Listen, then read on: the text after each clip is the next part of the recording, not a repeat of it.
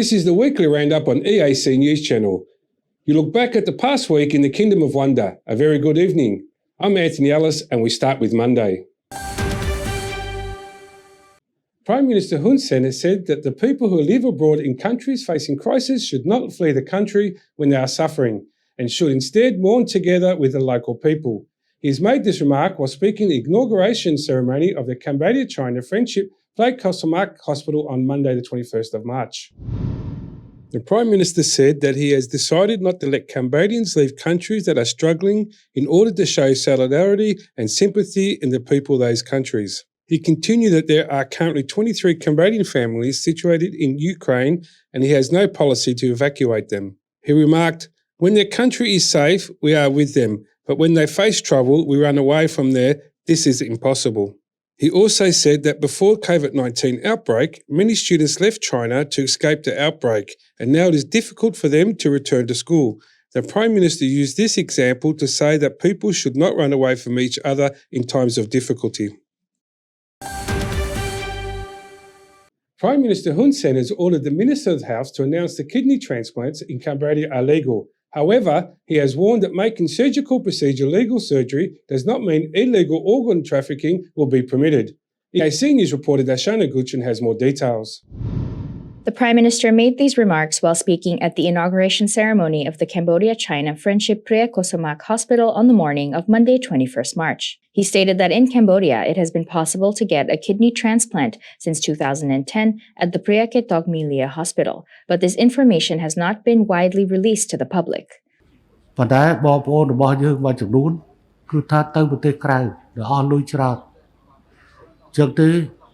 Trong bản đăng tha ta ngày cao cua dương thua giảm bách ở phía bên nhà hàng đi, pro tôi bây tại dương bản ơi đô có ta đô nông tí kiểu, trong thế tại dương cua đo sai bên nhà hàng đi, nơi không phải tiêu bao nhiêu, đói đo là tập tiếp ở khai tới chia tiếp tròn cái bắp tầm đầu, xong rồi cất cua từ lời bên nhà hàng đi. Thus, during the inauguration ceremony, he called on the Minister of Health to declare kidney transplants are legal and possible to get in Cambodia. During his speech, the Prime Minister essentially confirmed that Cambodia has the capacity to perform kidney transplants. Additionally, according to the Minister of Health, the Cambodia-China Friendship Plate Kosamak Hospital has the capacity to conduct kidney and liver transplant surgeries as well. Darshana Gochan, EAC News. The Cambodian-Chinese Friendship Plate Kosamak Hospital, located in Tukok District, Phnom Penh, was officially inaugurated on Monday morning under the presidency of the Prime Minister Hun Sen. The hospital took about 3 years to build, from October 2018 to January 2022. EAC News reporter Darshana Guchan has the story. Speaking at the inauguration ceremony of the Cambodia-China Friendship Plate Kosamak Hospital on Monday morning, the Minister of Health, Mam Bun Heng, said that the new hospital was built at a cost of more than $80 million, with a grant from the Chinese government. The new hospital is built upon a land that spans across more than 13,000 square meters and is 11 floors high with a length of 53 meters. The hospital building is divided into several departments and wings, such as outpatient, emergency, medical technology, general medicine, obstetrics, gynecology, and more, and has 400 beds for patients.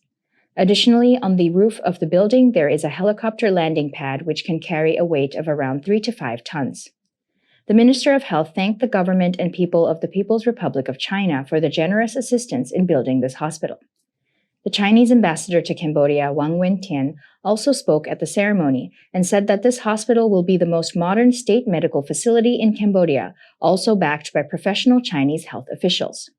He said, "I would like to take this opportunity to represent the Chinese embassy in Cambodia and welcome the arrival of 12 Chinese traditional health workers who have come to help in the fight against COVID-19. I would like to sincerely thank the Ministry of Health of Cambodia and Plate Kosamak Hospital for supporting the Chinese team and providing employment as soon as possible." He continued that this hospital embodies the support of the Chinese people to Cambodia to help develop the health sector in the kingdom and contribute to building up Cambodia-China relations.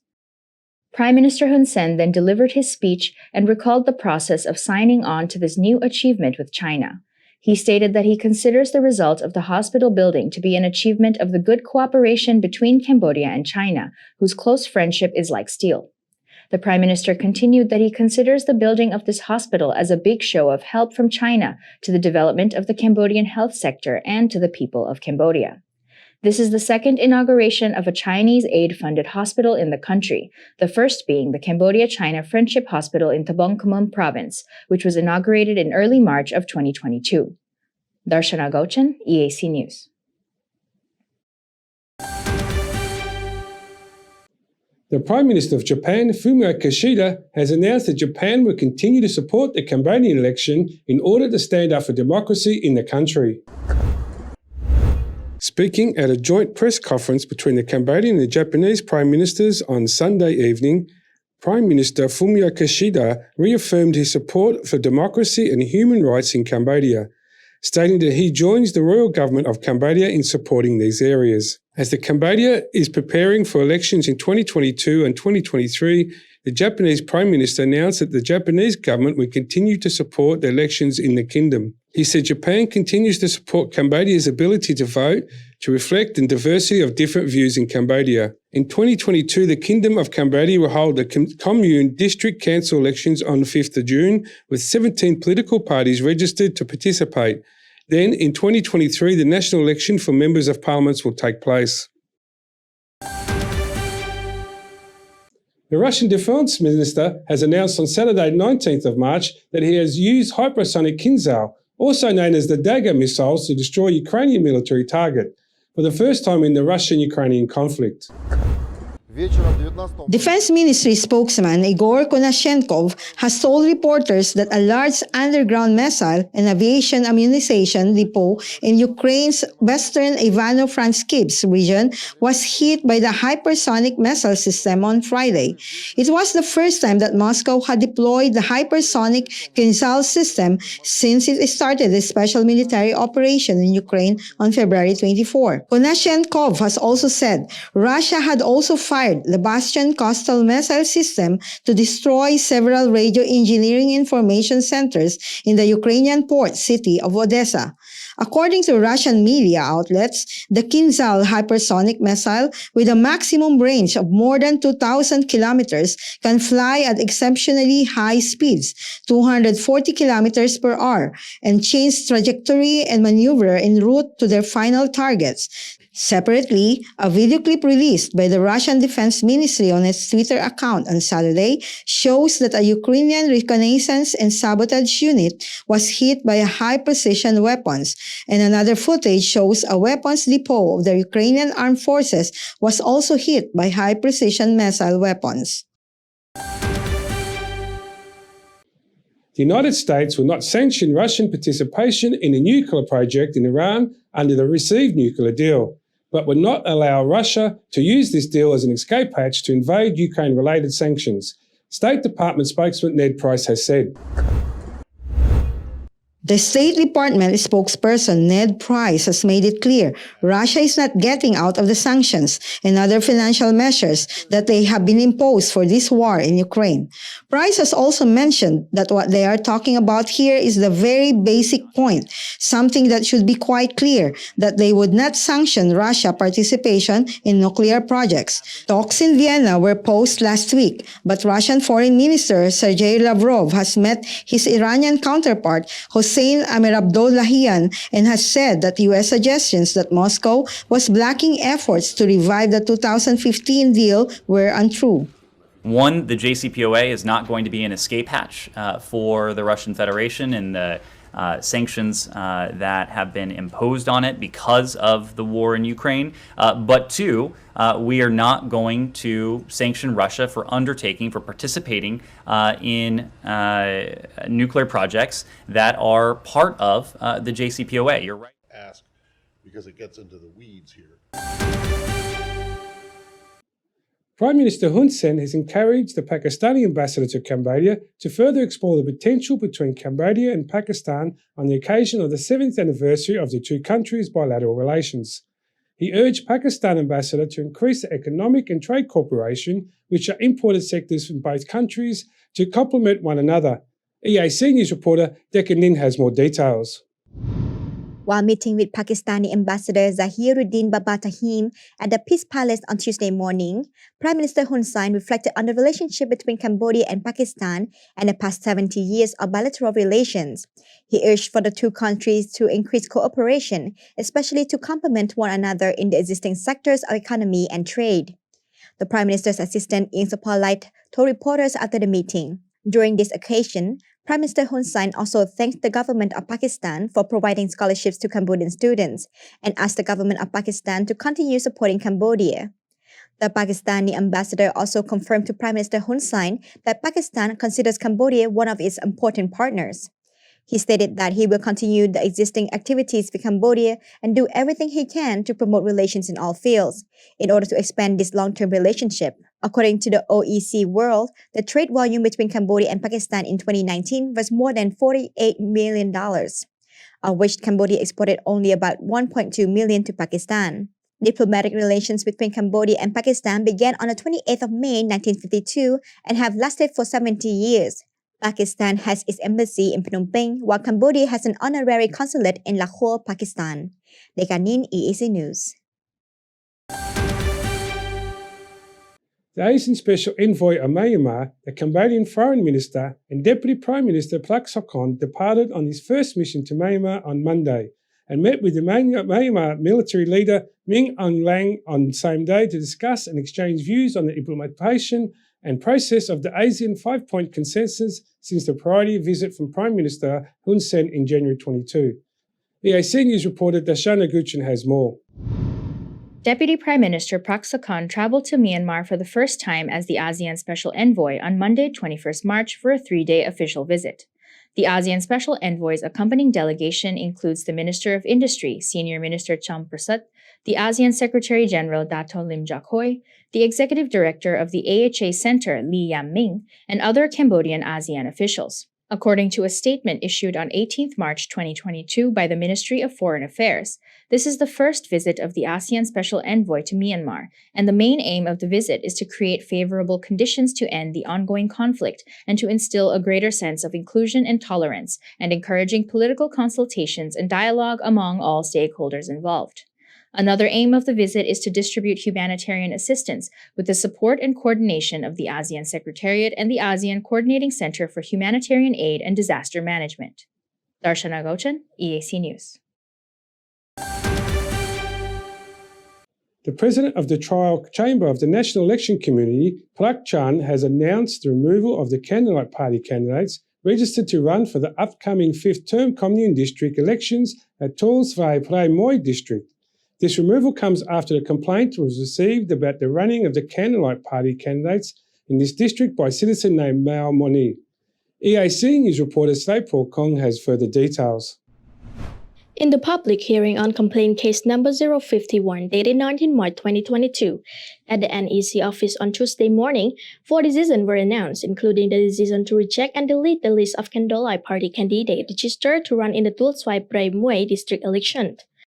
This also entailed officially withdrawing and rejecting the registration application form 100H of this candidate from the Commune District Election Commission in Tuol Svai Prai Moi district. The president of the Trial Chamber of the National Election Committee, Prak Chan, announced that this decision would be made public on Tuesday, 22nd March, in front of the party and their lawyer to permanently stop any protests. According to the hearing, the decision to remove the list of candidates from the Candlelight Party from the Tuol Svai Prai Moi district election was based on the ground that the Candlelight Party did not properly follow the law on the Commune District Council elections. The court deemed that 4 candidates from the Candlelight Party violated the law by not complaining and signing resume and declaration of approval to run for the Candlelight Party when that is required by the law for all candidates. The 4 candidates themselves also answered similarly to this verdict, saying that they had handed over their photo and ID card to the Candlelight Party working group, but did not originally intend to run for the party. They also did not write or stamp any official documentation, and it was representative of Candlelight Party who had just given them oral right. pursuant to Article 39 of the Law on Commune District Council Election and Article 6.5 of the Regulation of the Commune District Council Election Procedure for the 5th Mandate 2022. It is stipulated that all persons wishing to stand as candidate for the election of Commune District Councillor must add their name to the list of political parties. Article 42 of the same law also states that a resume and officially declaration must be filled out by each candidate. In addition, based on Article 62 of the Law on Commune District Council Election, in the case that the NEC approve an objection made to the candidacy of a certain individual or individual under a political party, the NEC shall officially reject the candidacy or the list of the candidate of a political party from partaking in the election, revoking and denying their candidate registrations. Sri Pokong, EAC News. The national campaign titled "The COVID-19 Omicron Variant Can Be Transmitted Faster Than Before and Can Be Cause Serious Risk to You and Your Family" was announced on Tuesday the 22nd of March. This campaign intends to raise more awareness about the Omicron variant and calls for stakeholders to understand that the COVID-19 pandemic is far from over. EAC News reporter Shana Guchen has more details. During the opening ceremony of the national campaign held in Chabamon Town, Kampong Spu Province on Tuesday morning, the Minister of Health, Bun said that although the Omicron variant is not as severe as previous variants, its presence has continued to grow rapidly within the local community. As a result, the Omicron variant is still a risk to public health and people's lives in Cambodia, especially those who have not yet been vaccinated. Additionally, the continued spread of the virus also adversely affects Cambodia's socio-economic performance. The minister said the announcement of the campaign focused on the Omicron variant is a call to all stakeholders, capital provincial governors, local authorities, private sector actors, and all citizens to know that the COVID-19 pandemic is not yet over, and that the mutation of the virus could pose a risk to individuals and families, such as potentially leading to serious illness and hospitalization. He underlined that we must not overlook the seriousness of the continued transmission of the Omicron variant. The minister further urged the public to continue implementing the 3 do's and 3 don'ts measures and to go and get fully vaccinated and receive the booster doses when eligible. The Secretary of State for the Ministry of Health and Chair of the Subcommittee on Education, Training and Public Relations, Van Din, said that the launch of this new national campaign is aimed at raising public awareness, specifically on the Omicron variant. She added that treating COVID-19 as a mild disease such as the flu only causes the virus to spread more widely, which can lead to a serious negative social impact. She said the COVID-19 virus is not as common as the common cold. It spreads very quietly and very fast, and it can endanger you and your family at any time, such as through the development of serious illness, hospitalization, or even death. She hopes that after launching this new campaign, people will be more vigilant about addressing the Omicron variant and more consistently adhere to the health practices. The representative of the World Health Organization in Cambodia, Dr. Lee Ai Lan, has expressed support for the launch of this campaign and said that it will help to prevent the spread of COVID-19 tomorrow and in the future. She considers Cambodia to have a good response to the COVID-19 pandemic. The Ministry of Health announced the discovery of the first Omicron case in Cambodia on 14th December 2021, although this specific variant did not begin to spread within the community until 8th January 2022. As of Sunday, 20th March 2022, the Ministry of Health has announced a total of 13,309 Omicron cases in the community and 51 deaths due to the variant. According to forecasts, if individuals continue to neglect good health practices to prevent the spread of COVID-19, the Omicron variant will continue to invade communities and will require a combination of measures and unification to prevent the further spread of the virus. Darshana Gauchan, EAC News. Russia hopes the military operation in Ukraine will end with a comprehensive agreement on security issues and Ukraine agreeing with natural status. Russian Foreign Minister Sergei Lavrov has said during a Saturday meeting event.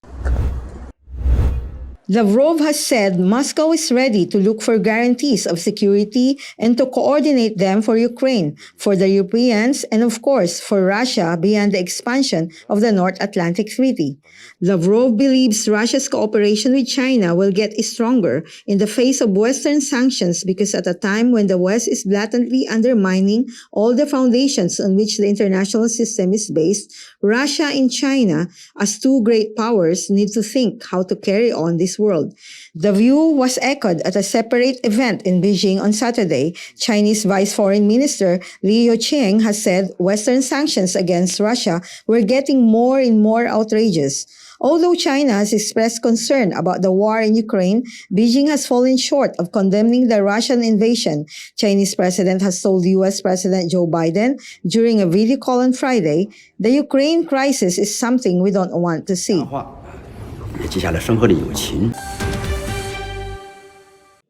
A China Eastern passenger jet carrying 132 people crashed in southern China on Monday. Aviation authorities have said the crash has led to a fire on the mountain. There were no signs of survivors, and bad weather has slowed recovery efforts. Chinese state TV have reported there were no foreigners on board. China Eastern has said the cause of the crash was still under investigation, and it did not provide any details. But in an official filing with the Shanghai Stock Exchange, it has expressed its deep condolences for the passengers and crew members who died in the plane crash. The Boeing 737-800 from Kunming City to the southern hub of Guangzhou lost airborne contact over Wuzhou City in the Guangxi region, the Civil Aviation Administration of China has said earlier. State broadcaster CCTV has said the plane crashed in Teng County near Wuzhou and has caused a mountain fire, citing the Provincial Emergency Management Bureau. The crash site was about 150 miles from the destination of Guangzhou, meaning the aircraft had traveled almost 805 kilometers before coming down. Tracking data has showed the flight was traveling at a normal cruising altitude of about 30,000 feet when it suddenly went into a deep dive. The aircraft then briefly climbed 1,000 feet before the data abruptly ends about 40 seconds later. The data suggests the plane crashed within about 90 seconds of whatever first sent it plummeting toward the ground. Chicago-based Boeing Company has said it was aware of the initial reports of the crash and was working to gather more information. Boeing stock dropped over 8% in pre-market trading early Monday. After the crash on Monday, Chinese financial news outlet Yikai, based in the economic hub of Shanghai, has reported that China Eastern was going to ground all of its 737-800s pending an investigation, but the airline did not immediately confirm the move. 117 rescuers were working at the crash site, and 650 more rescuers and firefighters organized by the Guangxi Fire Department were also at the site. The Guangxi Fire Service has said crews were battling to extinguish a blaze on a hillside sparked by the crash, and satellite data from NASA showed a massive fire in the area. There are 9 separate teams working on everything from disposal of the wreckage to the crash investigation and passenger family assistance. The Chinese president has said they were shocked to learn of the China Eastern MU-5835 accident. He called for all efforts to be taken to rescue any survivors and to find out the cause of the accident as soon as possible. The plane was delivered to China Eastern by Boeing in June 2015. The twin-engine single-aisle Boeing 737 is one of the world's most widely used passenger jets for short and medium-haul flights. China Eastern operates various versions of the 737, including the 737-800, which crashed on Monday, and the 737 MAX, which was grounded worldwide after 2 fatal crashes. Robert Sumwalt, a former chairman of the National Transportation Safety Board, said the 737-800 has had a very good safety record over the years, but he said it's unlikely there will be survivors. I hate to say so, but I do not believe there's any chance that anybody would have survived a crash like this. It was the latest Chinese commercial passenger flight crash that caused civilian casualties. The deadliest Chinese commercial flight crash was the China Northwest Airlines crash in 1994, which killed all 160 on board. Most of the passengers on board the Malaysia Airlines flight MH370, which disappeared in March 2014 en route from Kuala Lumpur to Beijing, were from China. The ongoing nighttime rescue faced multiple challenges, such as lack of communication network in the mountains and poor lighting. Therefore, telecommunication support vehicles have also been dispatched there to ensure smooth communication among rescuers. Bad weather might pose the biggest challenge. The Meteorological Bureau of Guangxi forecasts that there will be a temperature drop and heavy rainfall late Monday night in Tangshan County. The rain may last for 2 or 3 days.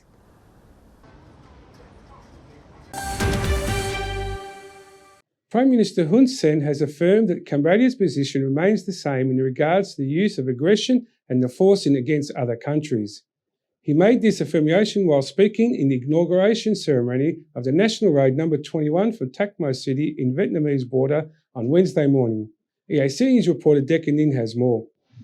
While speaking at the inauguration ceremony for the new section of National Road No. 21, Prime Minister Hun Sen said that a Cambodian delegation asked for his opinion on whether to oppose or abstain on the vote regarding Russian aggression against Ukraine. He responded by saying that Cambodia's position on this war remains the same, in that the use of aggression and force in and against any country is strongly opposed. He said, "Our political line is that we do not support aggression from one country to another. This is our absolute position." រឿងនេះមិនមែនរឿងតូចតាចទេរឿងបង្កើតឡើងនៅទម្លាប់អាក្រក់លើពិភពលោកអ្នកខ្លាំងគឺវាយអ្នកខ្សោយណាអញ្ចឹងបើវាយក្រោយអ្នកខ្លាំងវាយអ្នកខ្សោយទៅមកវាយមកលើយើងអ្នកណាជួយយើងទៀតបើយើងមិននៅអត់ឲ្យនិយាយគ្រាច្បាស់ចាំបើយើងប្រឆាំងគោលការណ៍ប្រកាន់គោលការណ៍មួយជាក់លាក់ On the 3rd of March, Cambodia voted with 140 other countries to support a UN resolution calling for Russia to immediately, completely, and unconditionally withdraw all of its military forces from the territory of Ukraine within its internationally recognized borders. The Russian invasion of Ukraine began on the 24th of February and has been ongoing for close to 4 weeks. The UN reports that 10 million Ukrainians have already fled their homes, with about 3.5 million seeking refuge in other countries. Dekanin, EAC News. While speaking at the inauguration ceremony of National Road 21, running from Takmo City to the Vietnamese border on Wednesday morning, Prime Minister Hun Sen confirmed that there are two options that Cambodia has proposed to the Republic of Korea regarding the construction of the Cambodian-Korea Friendship Bridge, which will connect Phnom Penh to Svay Trom District's Svay Rieng Province. EAC News reporter Dashona Guchin has the details. Prime Minister Hun Sen stated that Cambodia has proposed two options to the Republic of Korea for the construction of the Cambodia-Korea Friendship Bridge. The first one is to build a bridge from Choi Chung Var District in Phnom Penh to Svay Trom District in Svay Rieng Province. And the second option is to build two bridges, one that goes from the Phnom Penh Night Market to Choi Chung Var District, and another which connects Choi Chung Var to Svay Trom District. The Prime Minister added that these bridges will be constructed as cable-stayed bridges, and he hopes that the new President of the Republic of Korea will support Cambodia's proposed choices.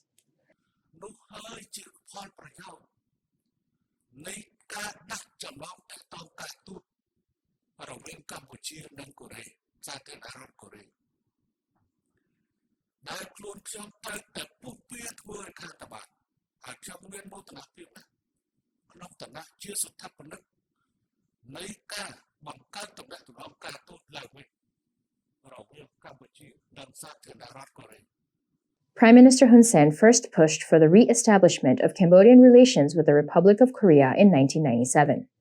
Darshana Gochan, EAC News. The Chairman of National Authority for Combating Drugs, Deputy Prime Minister K. Kim Young, together with a delegation from the Kingdom of Thailand and a delegation from the Socialist Republic of Vietnam, attended an inauguration ceremony of the new National Centre for the Drug Treatment and Rehabilitation for Place Nok Province on Tuesday morning. EAC News reporter Decca Nin has further details. The Thai and Vietnamese ambassadors to Cambodia, Panyarat Pulhap and Nguyen Hun Tan, led delegations from their respective countries to attend the inauguration ceremony at the National Center for Drug Treatment and Rehabilitation in Sihanoukville on Tuesday.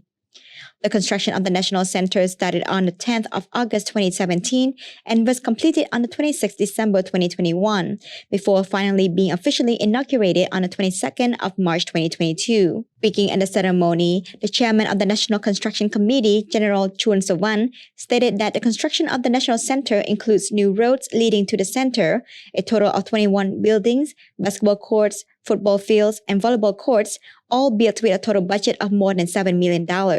The Minister of Social Affairs, Veterans and Youth Rehabilitation, Wong Sot, also spoke and stated that the construction of the National Center is very important to Cambodia and shows the dedication of the royal government to promoting the implementation of the law on drug control, as well as the 5-year National Plan on Drug Control 2019 to 2023, to strengthen the effectiveness of treatment, rehabilitation, and integration. On this occasion, the chairman of the National Authority for Combating Drugs, Deputy Prime Minister Kai Kum Yan, expressed his gratitude to the Minister of Interior, Deputy Prime Minister So Keng, and all other donors and stakeholders, especially those from Vietnam and Thailand, who helped to build this national center.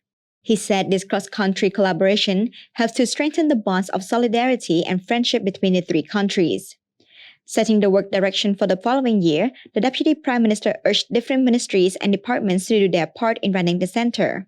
He urged the Ministry of Social Affairs, Veterans and Youth Rehabilitation to continue strengthening and expanding their staff structure in accordance with the legal principles for management and service for this national center, and also continue mobilizing support from the private sector, especially in Sihanoukville, to help find jobs for children who receive medical treatment at the center. Regarding the role of the Ministry of Health, he stated that the committee in charge of the treatment and rehabilitation of drug addicts would be in charge of managing the medical equipment and staff at the center, and further urged the Ministry of Labor and Vocational Training to continue preparing and sending technical officers to provide vocational training to drug victims.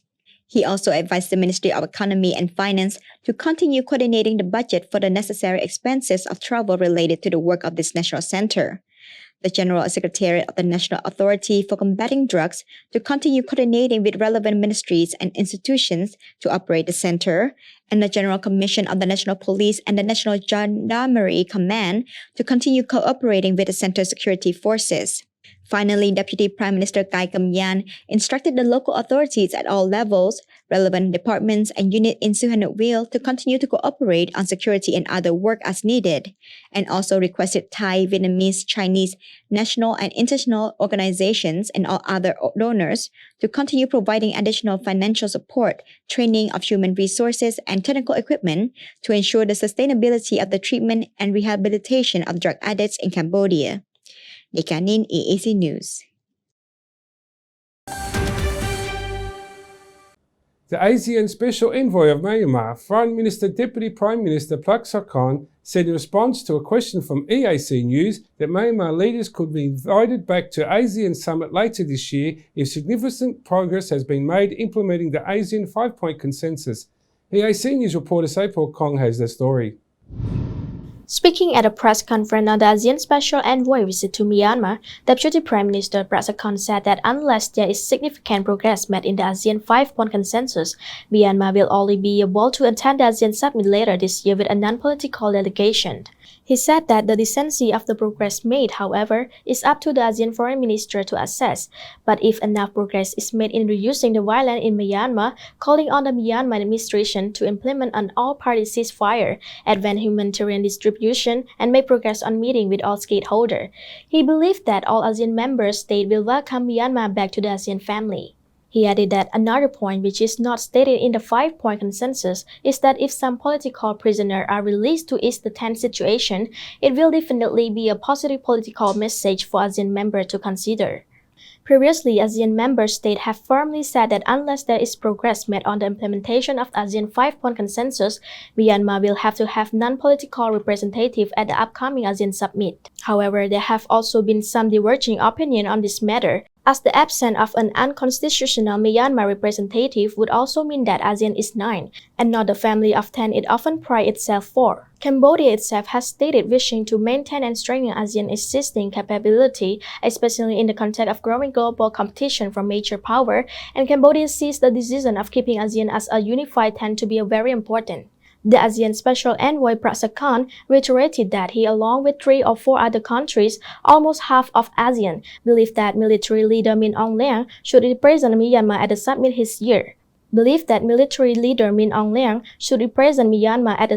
this year. He called back to last year's summit hosted by Brunei, saying that since there was no consensus, the ASEAN chair had decided to only invite non-political representatives, but Myanmar did not agree to this term and did not participate in the summit at all. The ASEAN 5-point consensus was agreed upon by ASEAN member states in April 2021 in Indonesia.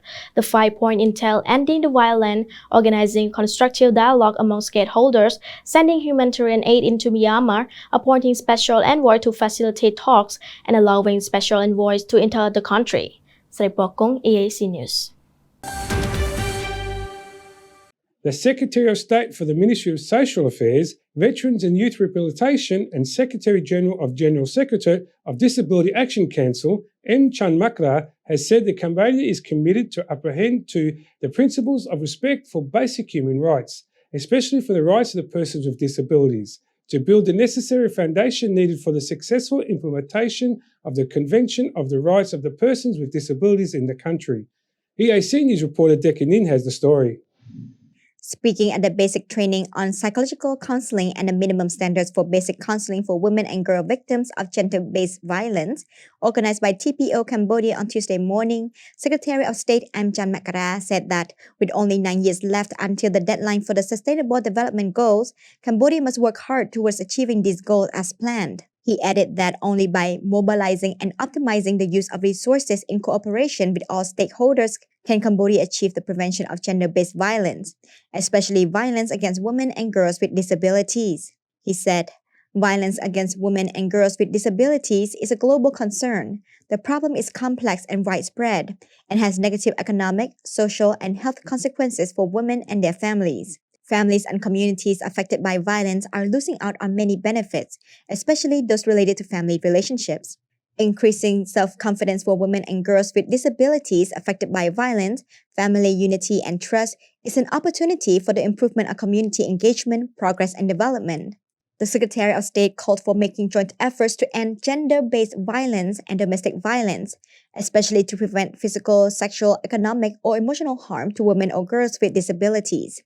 He also said that he considers the training organized by TPO this morning to be very important for the leaders and officials of the General Secretariat of Disability Action Council in order to learn the best methods to provide psychological counseling for women and children affected by gender-based violence, as well as to receive recommendations on the best practices for prevention and reduction of violence against women and girls with disabilities.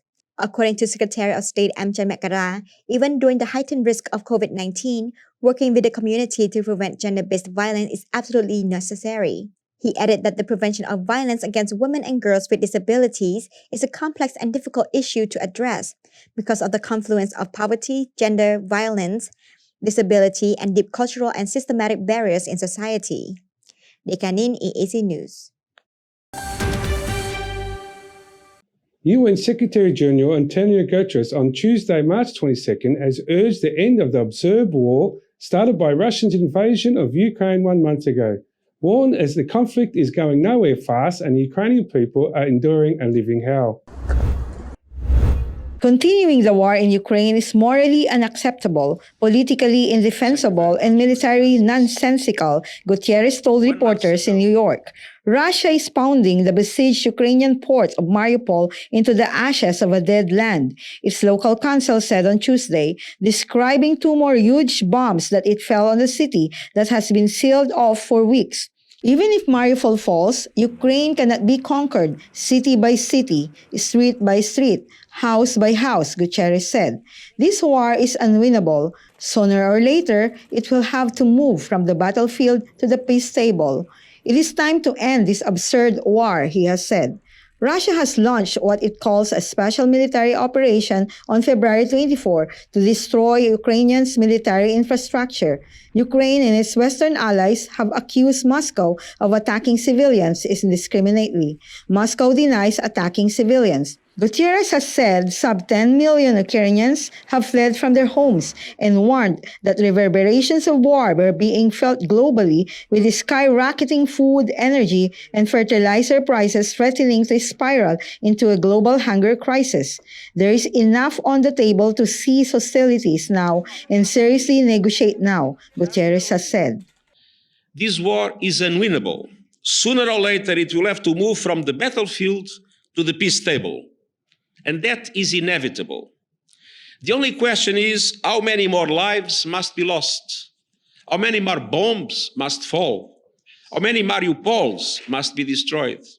How many more Ukrainians and Russians will be killed before everyone realizes that this war has no winners, only losers? How many more people will have to die in Ukraine? And how many people around the world will have to face hunger for this to stop? Continuing the war in Ukraine is morally unacceptable, politically indefensible, and militarily nonsensical. What I said from this podium almost 1 month ago should be even more evident today. By any measure, by even the shrewdest calculation, it is time to stop the fighting now and give peace a chance. It is time to end this absurd war. Thank you.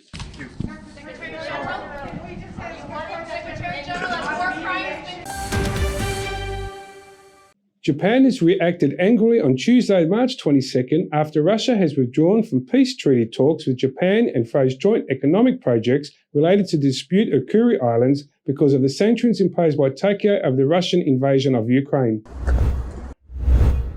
Russia and Japan have still not formally ended World War II hostilities because of the standoff over islands just off Japan's northernmost island of Hokkaido, known in Russia as the Kurils and in Japan as the Northern Territories. The islands were seized by the Soviet Union at the end of World War II.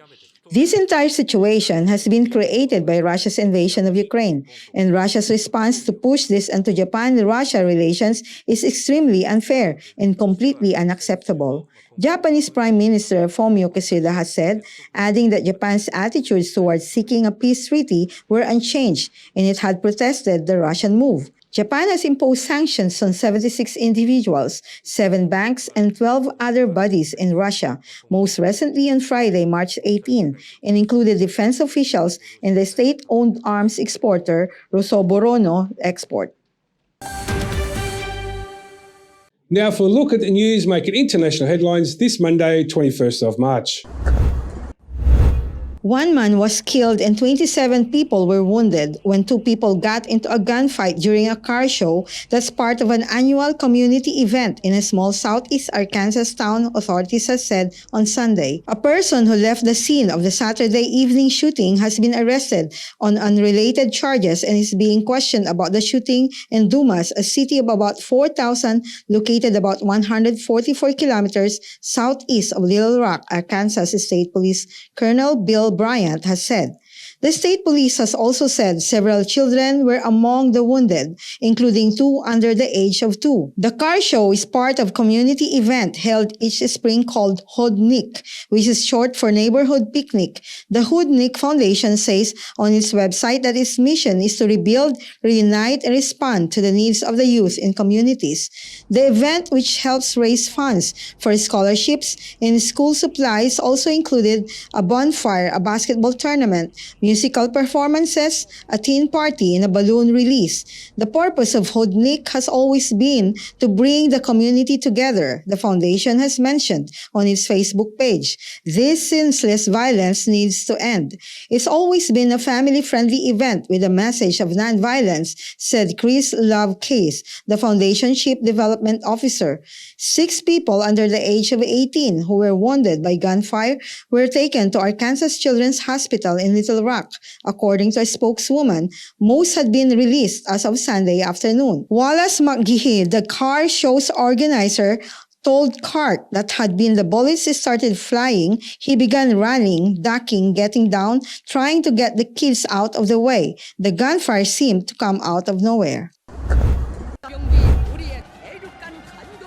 North Korea has fired a new short-range multiple rocket launcher on Sunday, March 20th. South Korea military has said amid heightened military tensions on the peninsula after a spate of larger missile launches by the nuclear-armed North. This morning, there was firing in North Korea, which is assumed to be multiple rocket launcher shot, and our military was monitoring the related situation and maintaining a readiness posture. North Korea military has fired 4 shots at around 7:20 a.m. for about an hour towards its west coast from an unidentified location in South Pyongyang province, Yonhap News Agency has reported. While they garner much less attention than the massive intercontinental ballistic missiles, North Korea has displayed several new types of multiple launch rocket systems in recent years, adding to an already large arsenal of artillery and rockets ideal for potentially striking targets in the south.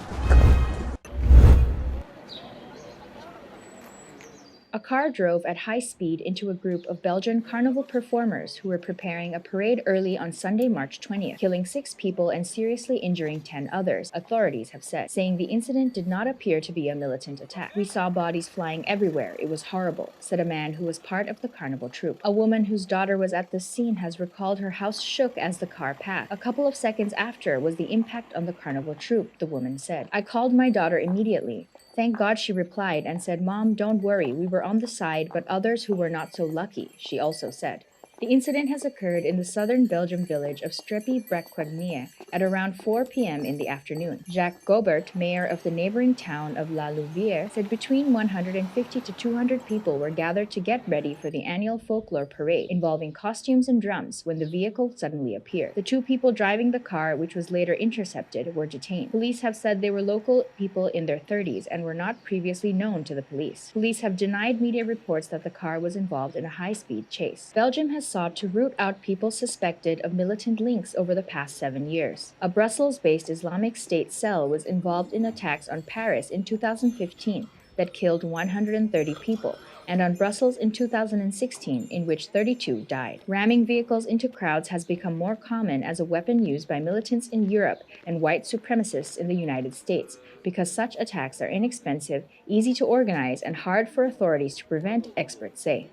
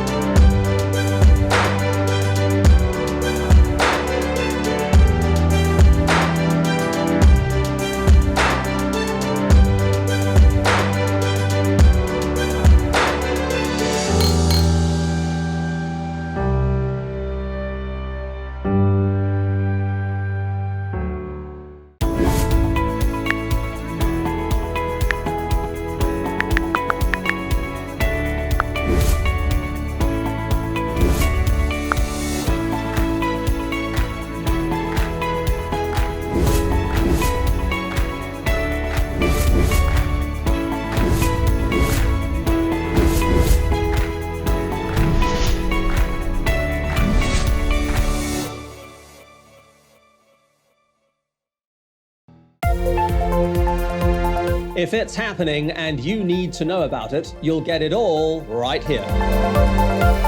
EAC News brings you updates and breaking news in English across all of our platforms and channels. The EAC News app, YouTube, Facebook, Telegram, Twitter, and our website www.eacnews.asia.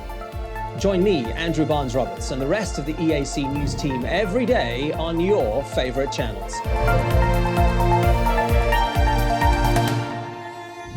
EAC News, Cambodia. The King of Cambodia, His Majesty King Norodom Sihamoni, has sent condolences to the President of the People's Republic of China, Xi Jinping, and recent China Airlines plane crash that cost the lives of 132 people. In a message dated Tuesday the 22nd of March, His Majesty King Norodom Sihamoni wrote on his occasion of the national mourning, Her Majesty Queen Norodom Monignet Sihanouk, the royal family and all Cambodians would like to express their deepest condolences to His Excellency Xi Jinping and the families of the victims. On Monday, the 21st of March, a China Eastern Airlines flight with 132 people on board crashed into the mountainous area of southern China's Guangxi Autonomous Region while flying from Kunming City in Yannan to Guangzhou, according to the China Civil Aviation Administration. Prime Minister Hun Sen received a visit from the President of Hawaii Asian Pacific, Ling Bafang, on Thursday morning at the Peace Palace in Phnom Penh. During their meeting, the Chinese tech company regional president thanked Prime Minister Hun Sen for allowing Hawaii to operate in Cambodia for more than 23 years, and the Prime Minister Hua's invitation to help develop the information technology sector in Cambodia. EAC News reporter Dashana Guchin has the story. While meeting with Prime Minister Hun Sen at the Peace Palace on Thursday morning, the Asia-Pacific president of Huawei Technologies, Lin Baifeng, said he has observed that the digital economy in Cambodia is growing rapidly, which makes his company want to participate in supporting the sector even more.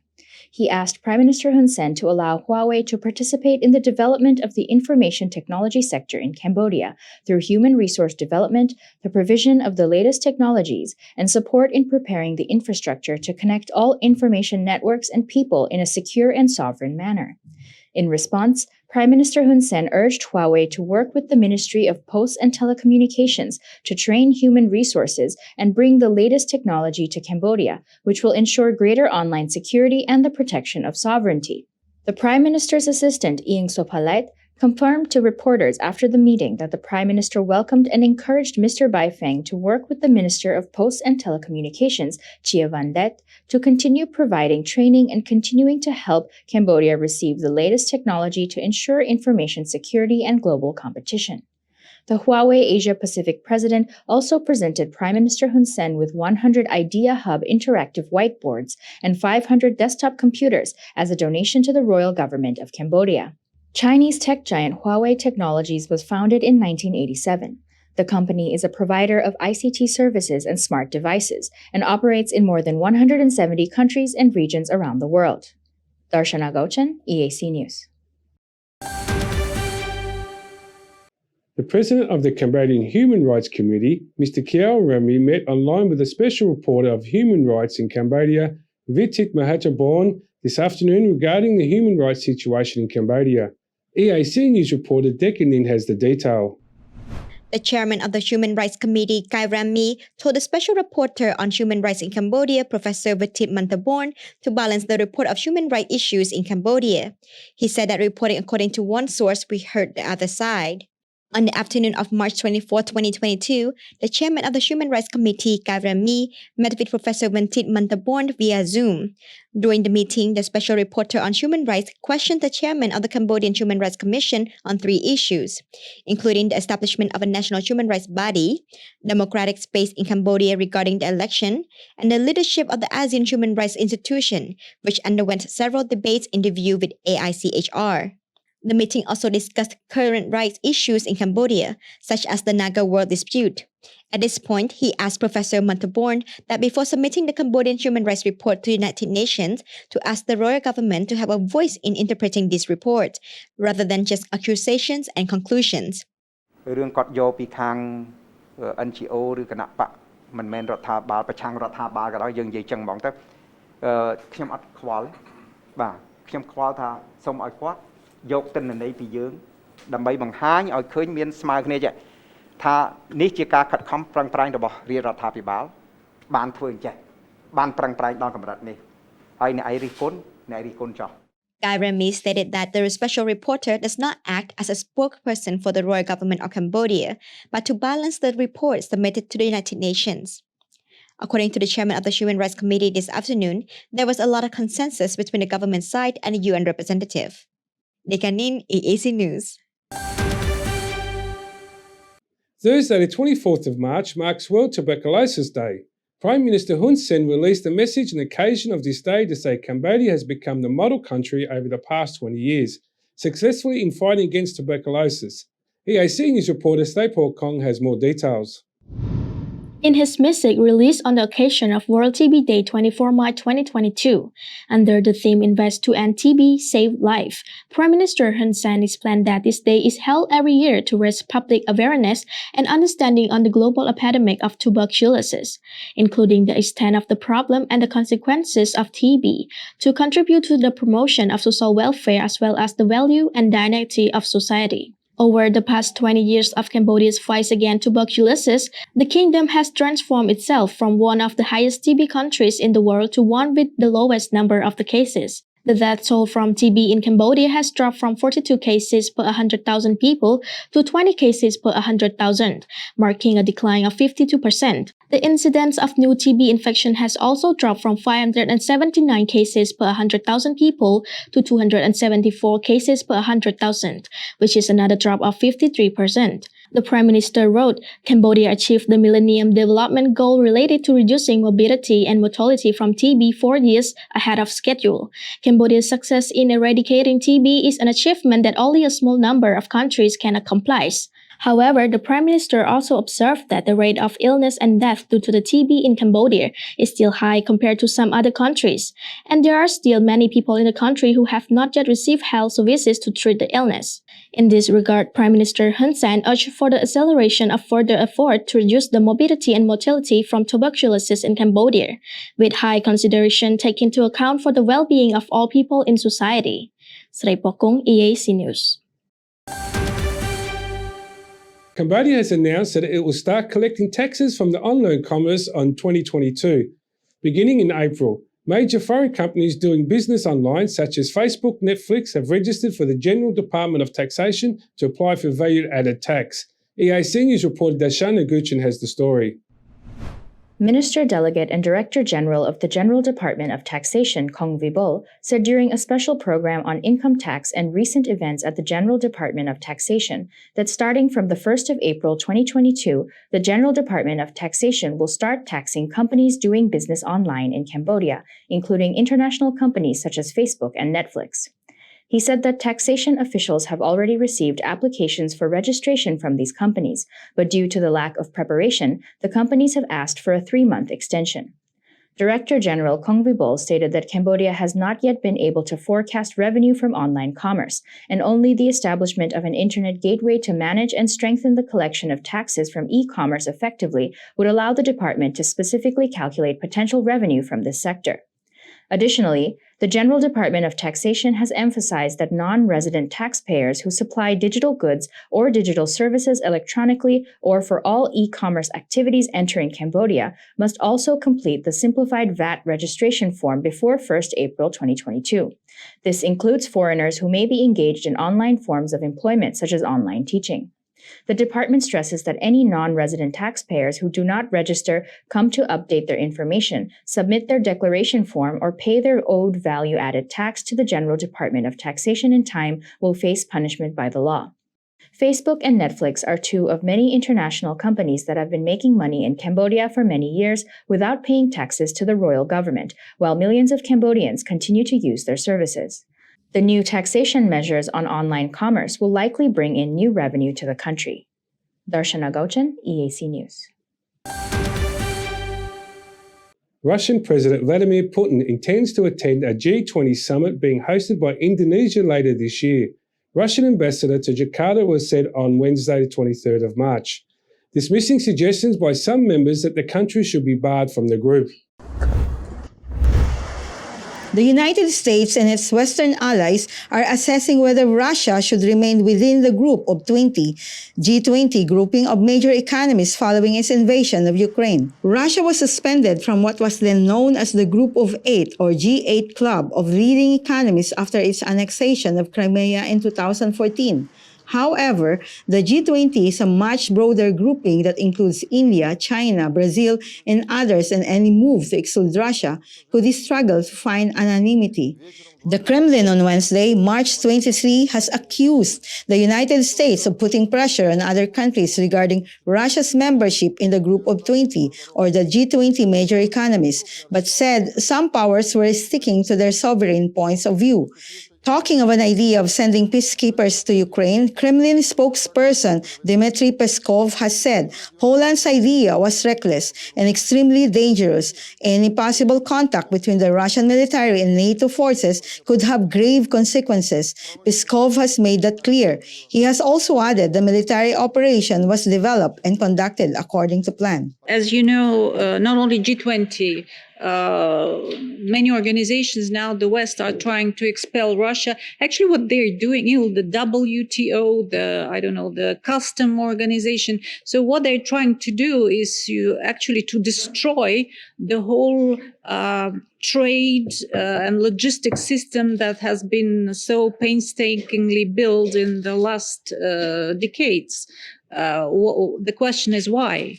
So the reaction of the West is absolutely unproportional. G20 is not a forum to discuss or to solve this kind of crises. Actually, it's a forum aimed at improving or economic situation and solving economic mostly problems, and of course expulsion of Russia from this kind of forum will not help these economic problems to be resolved. On the contrary, without Russia it will be difficult to do so. It will depend on many things, including the COVID situation that is getting better. But so far, yes, the intention is to.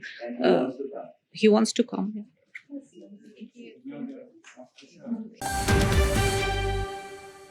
Europe will end its energy dependence on Russia, but to do so from one day to the next would plunge it into recession, risking hundreds of thousands of jobs in entire industrial sectors, German Chancellor Olaf Scholz have announced on Wednesday, March the 23rd.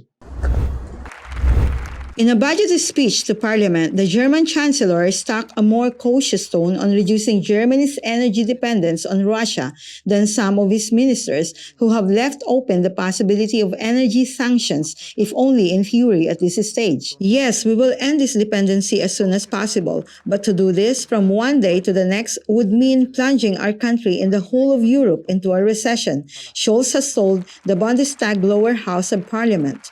Hundreds of thousands of jobs would be in danger. Whole branches of industry would be on the brink, he has also said. Sanctions should not hurt European states harder than the Russian leadership. The Chancellor assured Ukrainian President Volodymyr Zelensky, who addressed the Bundestag last week, of Germany's support for his country and has said sanctions were hurting Russia. He has called for an immediate ceasefire in Ukraine. Scholz's focus was primarily domestic when he took power last December, but he quickly pivoted to a more assertive foreign policy when the Ukraine crisis has erupted, announcing a dramatic hike in military spending. The war is destroying Ukraine, but with the war, Putin is also destroying Russia's future, Scholz has told the lawmakers. Scholz has also reaffirmed Germany's commitment to supporting Ukrainian refugees, also saying more money would be spent to cover losses faced in Germany over sanctions. As part of its strategy to secure regional peace, Scholz has said the European Union must support the Western Balkan countries in their bid to join the bloc as soon as possible. The Chancellor has also reiterated pledges to raise defense spending along with other NATO partners. Scholz continues to rule out closing Ukraine's airspace, saying NATO would not become a war party. The President of the National Assembly, Heng Samrin, has set a date for the opening of the 7th session of the National Assembly of the 6th Legislate for Friday the 1st of April 2022 with the 4 main agendas. EAC News reporter Darshana Guchin has more. It was decided at the National Assembly Standing Committee meeting held on Friday morning over Zoom video call that the 7th session of the National Assembly will have 4 main agendas. These are reading a message from the King during the opening of the meeting, reviewing the summary report on the activities of the National Assembly between the 6th and 7th sessions of the 6th Legislature, electing Mr. Ut Kim On as a new member of the Constitutional Council for the last 9 years, and discussing and approving the draft law on plant protection and phytosanitary. During the meeting, the Standing Committee of the National Assembly also approved the composition of 3 secretaries of the 7th National Assembly of the 6th Legislature, including Mr. Satyavut, Mr. Sok Feng, and Mr. Saray Kosal. Darshana Gauchan, EAC News. Prime Minister Hun Sen has officially announced his candidacy for the 2023 elections and his intention to continue as the Prime Minister of Cambodia for the 7th term from 2023 to 2028, while confirming that the future Prime Ministerial candidacy will be discussed after 2023. He made this announcement while speaking at the inauguration ceremony of the National Road No. 51 connecting Undong of Kandal Province to Tanal Tolteng of Kampong Speu Province on Friday morning. Cambodia will hold its next parliamentary elections in 2023 when the country will vote for the new candidate and lead the country for the next 5-year term. Prime Minister Hun Sen has expressed concern that if Russia, one of the world's largest oil producers, stops suspended oil production, international oil prices will no longer be controlled and this will affect lives and people around the world. He also expressed concern that the possibility of a nuclear war. EAC News reporter Decca Ning has furthermore. The Prime Minister made these remarks while speaking at the inauguration ceremony of National Road 51, connecting Udong of Kandal Province to Tnototeng of Kampong Speu Province on the morning of Friday, the 25th of March. He said the negative effects of the Russia-Ukraine war has already affected the whole world, especially in regard to oil prices, which are now out of control. As Cambodia approaches the Khmer New Year, rising oil prices are likely to make travel during the holiday less comfortable for many people.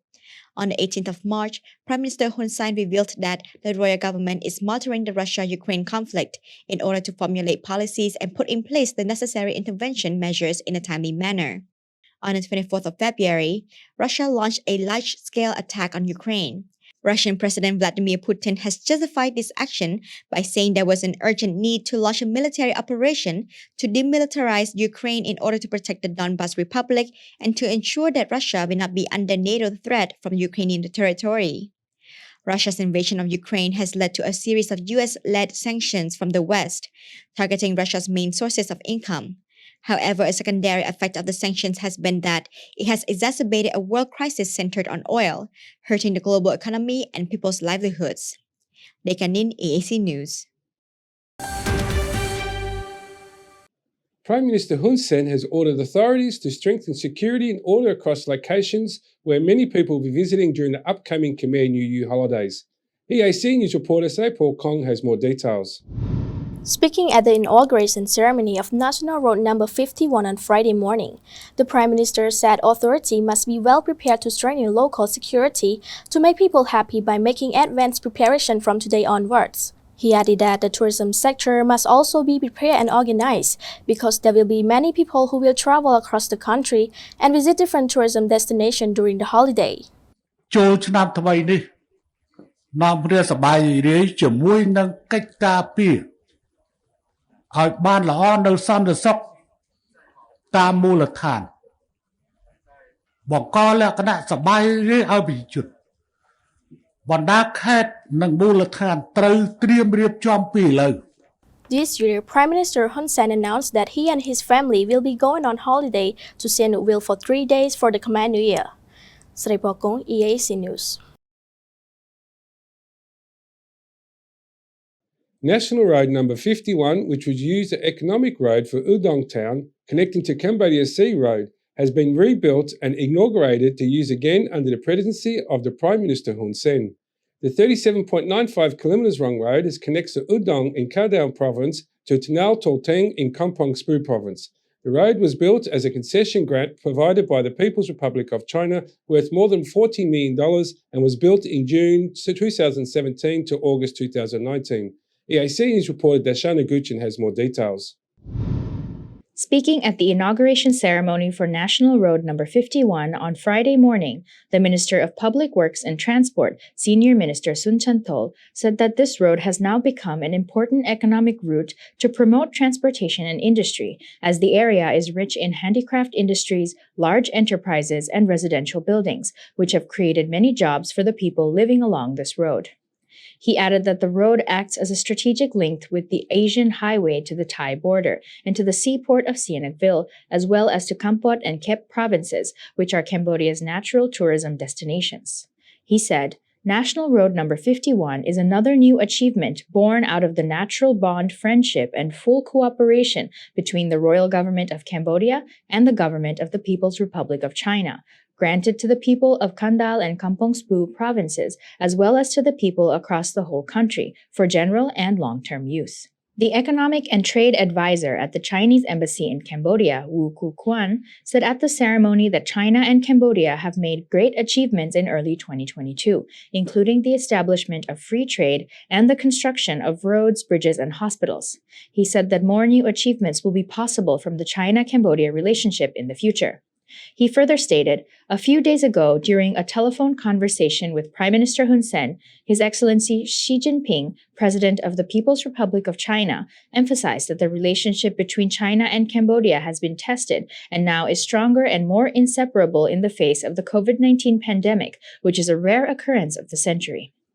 Residents living along National Road number 51 expressed their happiness for the new road, with many saying that the new road allows them to travel more easily and also attracts more factories and enterprises to become established in the area, providing more jobs to the people in the area and reducing outward migration. Mai, a 63-year-old resident of Sambo Commune, Samrong Tung District, told EAC News that in the past, the road was very difficult to use and had a lot of damage, but now that the government has decided to rebuild it, the road has now made it much easier for people to travel, is bringing in more potential job opportunities, and is also making it easier for her children to find and commute to work. As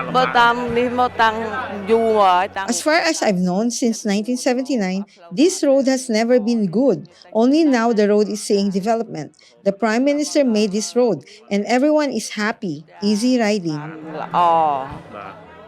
Another resident, 43-year-old Tuit Vanak, living in Tamokul village, Sambo Commune, Samrang Tung District, said he was very happy with the new changes to the road. Yeah, there was many new changes to roads. Before it was muddy and difficult to travel on, but now we see it is nice and smooth. I didn't realise that the Prime Minister also noted this and was interested in improving the road. Now I'm really happy. Prime Minister Hun Sen said at the inauguration ceremony that this road could act as a detour line to Phnom Penh, which not only benefits the people living in the area, but also the people in other provinces, as it allows them to travel and transport goods more easily without needing to cross through Phnom Penh. The Prime Minister recalled that this road was part of King Ong Duong's vision in 1851 to 1852, who built this road to connect to the sea in Kampot province.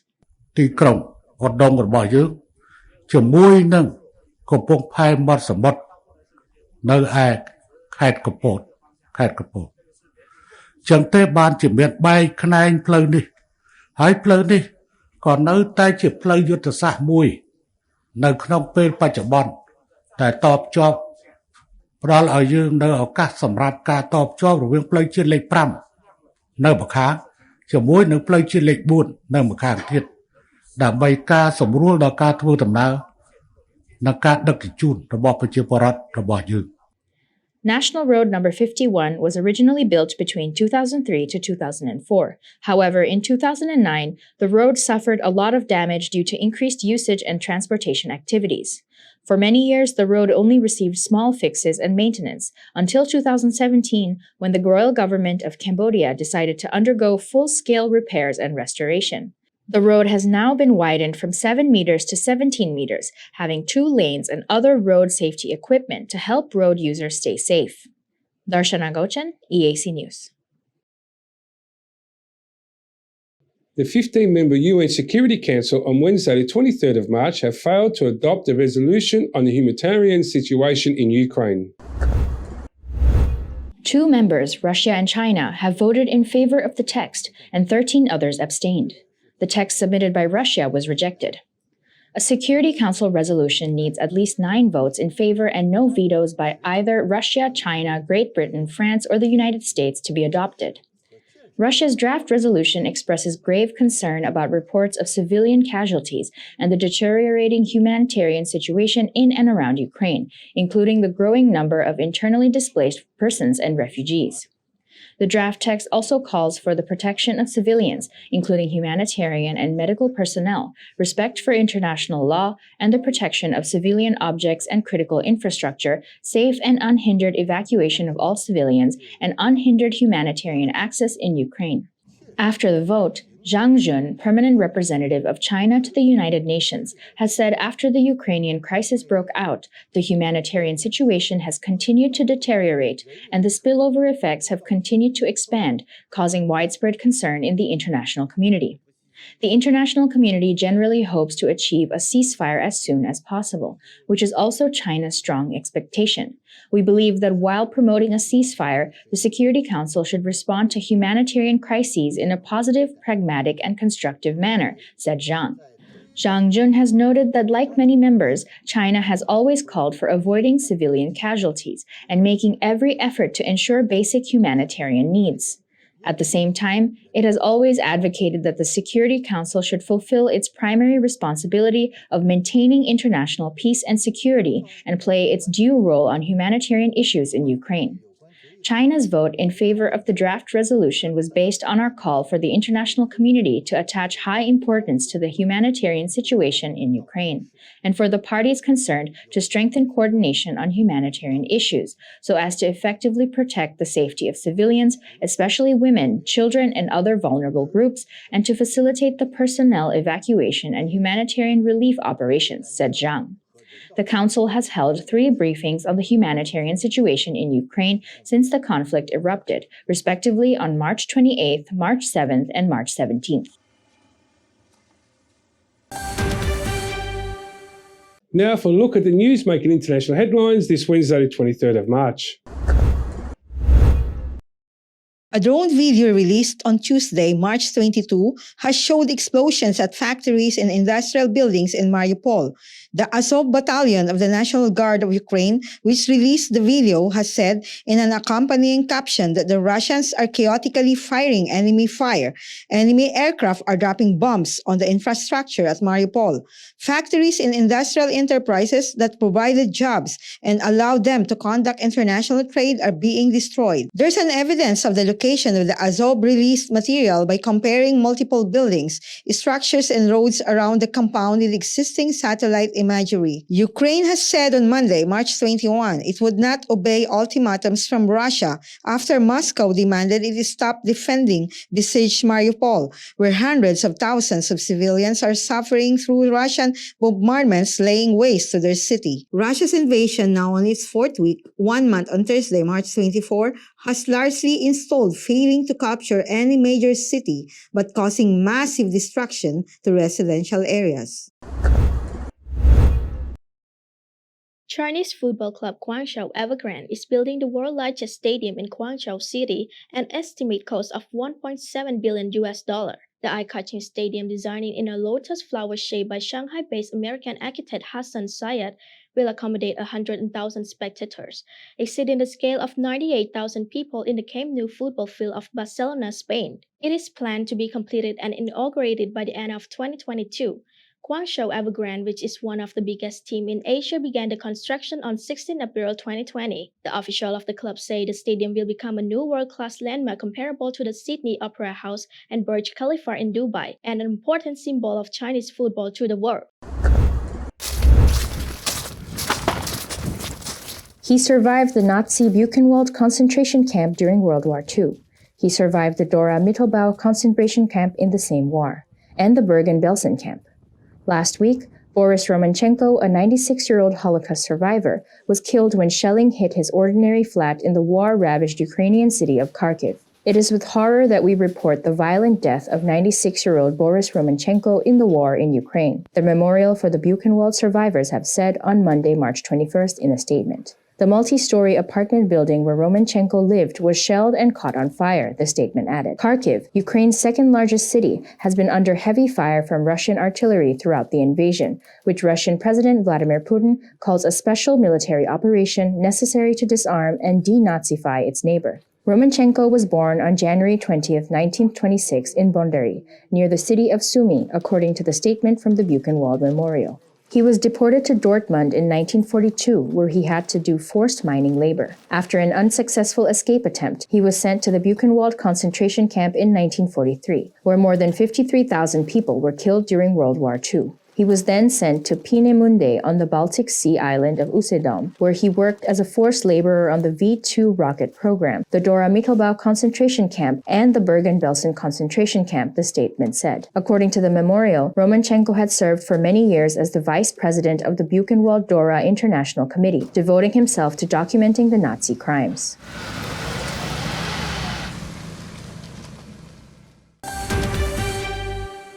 Now look at the news making international headlines Thursday the 24th of March. The threat of tornadoes and strong thunderstorms have loomed over the deep south in the United States on Tuesday, a day after the same system has produced twisters that destroyed homes and injured at least several people. Torn down homes and piles of debris have stretched across the north and central Texas on Tuesday as powerful tornadoes tore through the region. Several people across the state have been reported injured, according to the National Weather Service. They added that a dangerous weather warning remains in place for around 5 million people in surrounding states. In the city of Round Rock, about 20 miles away from Austin, a tornado hit Terry Grondin's home of more than 30 years. We tried to get through. Streets were black. I didn't care. I ran over here and I saw my house and I was devastated, absolutely devastated. I didn't know what to do. I still don't know what to do, to tell the truth. I'm just trying to see how we get things done so we can get back to normal life, whatever we can do. At least one person has been reported dead after a large tornado wreaked havoc in New Orleans on Tuesday, and the rest of the region is expected to see heavy rains and wind gusts up to 45 miles per hour. Some 55,000 people in Texas, Louisiana, and Mississippi remain without power as of Tuesday afternoon. Russia has launched a Mandarin N-20L satellite on board a Soyuz 2.1A rocket from Palstik Cosmodrome in Minary, Arkhangelsk Oblast, Russia on Tuesday, March 22nd. Pro-war symbol Z is seen marked below the Russian flag on top of the rocket. The pride of Russia, the Soyuz 2.1A launch vehicle with the symbol support for our guys Z went to the stars, the Russian Ministry of Defense writes in a statement. While the Mandarin M network does provide support for the Russian military, it is not known if the timing of this launch is related to the current war in Ukraine. The development of the Mandarin M concentration has been underway since 2019 and overall Mandarin network since 2006.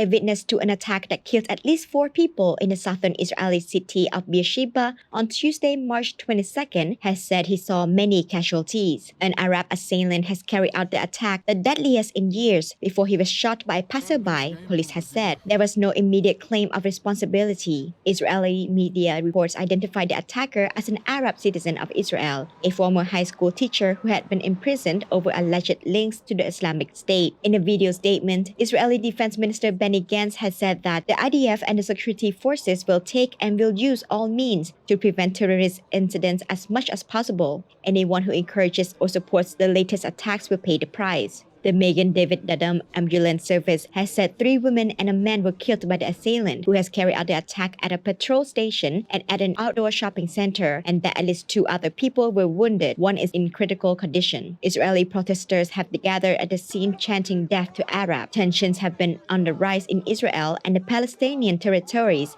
as the Muslim holy month of Ramadan in April this year approaches a period when violence has erupted in the past. Several Palestinian stabbing attacks have occurred in East Jerusalem and the occupied West Bank in recent weeks, with some of the suspected assailants shot dead by Israeli forces.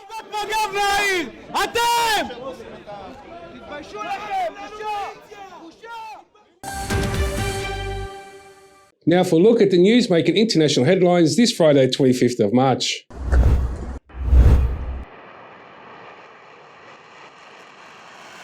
South Korea's military has said on Thursday, March 24, it had conducted a live-fire test of multiple ballistics and tactical missiles immediately after what it called an intercontinental ballistic missile launched by North Korea.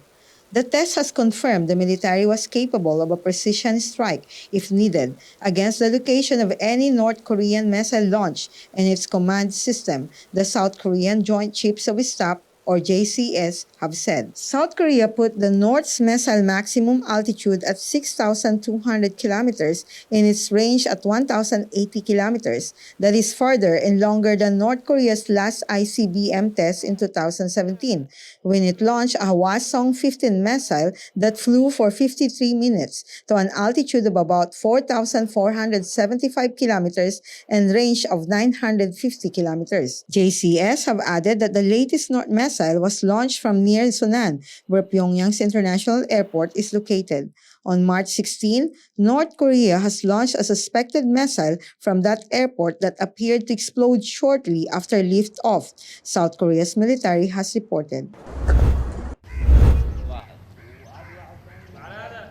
A car bombing killed a senior Yemeni military leader and 3 of its entourage in the southern port of city of Aden on Wednesday, 23rd of March, 3 security sources said. The Defense Ministry confirmed that Brigadier General Tawat Gawas was killed in counter attack carried out by several terrorist elements, but provided no further details. Gawas was returning from the personal visit when his car was hit by a blast in a suburb of the city, and the security sources said that Aden's AIC television showed footage of the cars in flames. There was no intermediate claim of responsibility. Gawas had long been an enemy of Yemen's Houthi movement, fighting the group in their northern stronghold of Sada even before they ousted the Saudi-backed government from the capital Sana'a in the late 2014. He participated in options that expelled the Houthis from the southern Laj region in 2015, the year that Saudi-led coalition intervened with Yemen's against the Iran-alleged movement. The Defense Ministry and the head of the Sparrows Southern Transitional Council was even viewed with the government for control over Aden. Each issued statement mourning Gawas.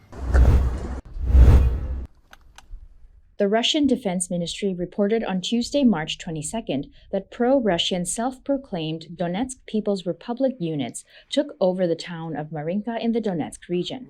Marinka, a small city and the administrative center of the Marinka area, was previously a fighting position of Ukrainian armed forces, according to the Russian Defense Ministry. Pro-Russian militants said there was a standoff with Ukrainian forces for the area, adding that they'd captured weapons and ammunition left behind by Ukrainian troops.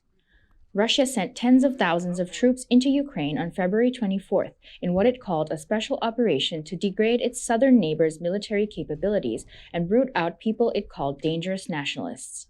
Ukrainian forces have mounted stiff resistance, and the West has imposed sweeping sanctions on Russia in an effort to force it to withdraw its forces. The conflict has so far displaced nearly a quarter of Ukraine's 44 million people, including some 3.5 million, half of them children, who have fled abroad.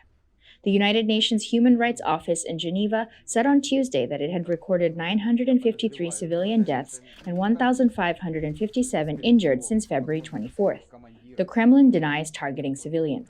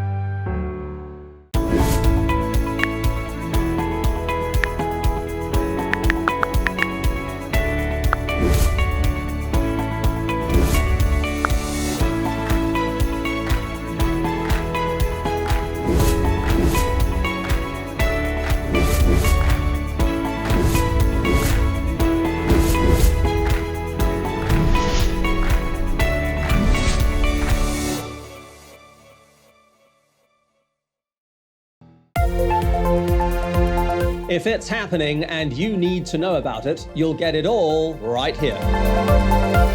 EAC News brings you updates and breaking news in English across all of our platforms and channels.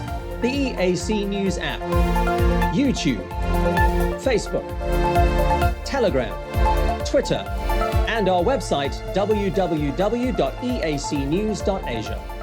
Join me, Andrew Barnes-Roberts, and the rest of the EAC News team every day on your favorite channels.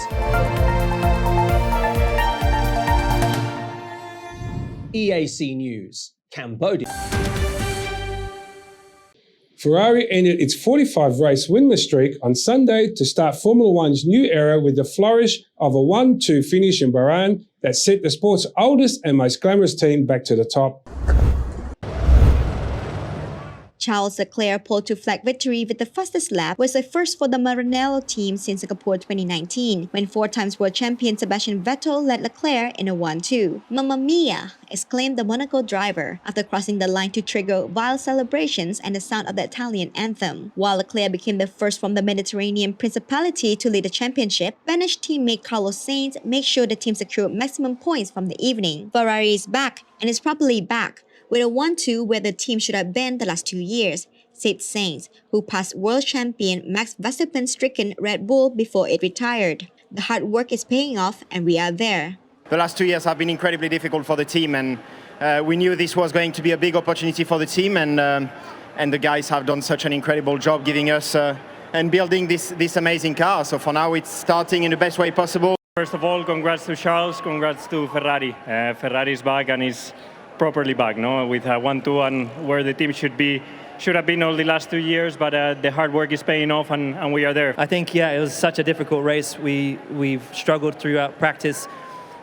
This is really the best result we could have got, and of course it was unfortunate for the other two drivers, but we did the best we could, and we're grateful for these points. Ferrari have not won a title since 2008 and slumped to a 40-year low of 6th overall in 2020 before moving back up to 3rd last season. "A big congratulations to Ferrari," said Mercedes 7-times world champion Lewis Hamilton, who joined the pair on the podium. "So happy to see them doing well again. They are such a historic, epic team. It's great to see Carlos and Charles up there as well." A delighted Leclerc, who was also voted driver of the day by fans, said the team could not have hoped for a better day. "The last 2 years have been incredibly difficult for the team, and we know this was going to be a big opportunity," he said after his 3rd career win. "Now it's starting in the best way possible. We couldn't hope for better. It's incredible to be back on the top." Team boss Matteo Binotto said the 1-2 was a relief and a big boost, but also an unexpected outcome on a day that ended in a nightmare for the Red Bull, with Sergio Perez also failing to see the checkered flag. Verstappen had challenged Leclerc for the lead while Perez was heading for the podium before mechanical issues sidelined both. Binotto, in one of the hottest of hot seats in world sport, said the closing stages of the race, with a safety car deployment 10 laps from the end, had almost given him a heart attack on the pit wall.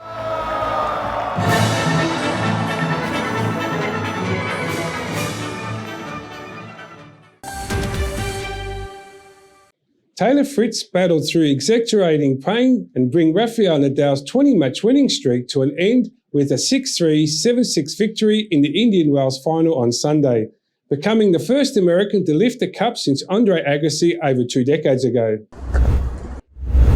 Home favourite Fritz gave fans what they came to see, a heroic effort and an American winner, denying Nadal what would have been his 4th title of the season and a record equaling 37 ATP Masters 1000 championships. Struggling with an injured ankle, Fritz said after collecting his 2nd career title that he had doubts that he could even take to the court and had never before experienced such pain prior to a match.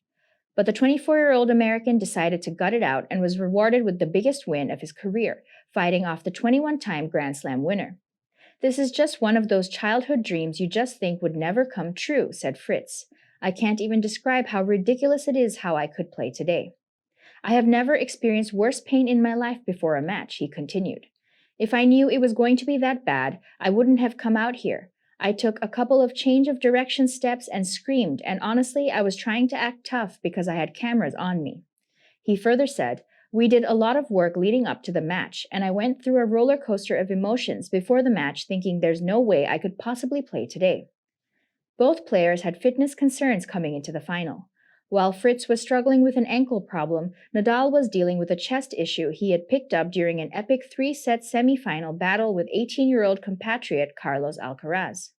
When I'm breathing, when I'm moving, it's like a needle all the time inside. I get dizzy a little bit because it's painful, Nadal said. It's a kind of pain that limits me a lot. It's not only about pain, I don't feel very well because it affects my breathing. He continued, more than sadness for the loss, it's something that I accepted immediately, and even before the match ended, I'm suffering a little bit, honestly. Nadal said last week he would not compete at the Miami Open, which immediately follows the Indian Wells tournament. The 35-year-old Spaniard was clearly out of sorts to start the match, with Fritz breaking him twice on the way to a 4-0 lead. But as he has so many times said before, Nadal refused to wave the white flag, twice holding the service and breaking the American to get to 5-3, sending a buzz through the packed stadium. Fritz would regroup and halted Nadal's rally with a third break to grab a 1-set lead. At the end of the opening set, Nadal called for a medical timeout and returned to the court with renewed purpose. One of the game's great battlers, Nadal forced the second set to a tiebreak, but in the end, the big serving American proved too strong.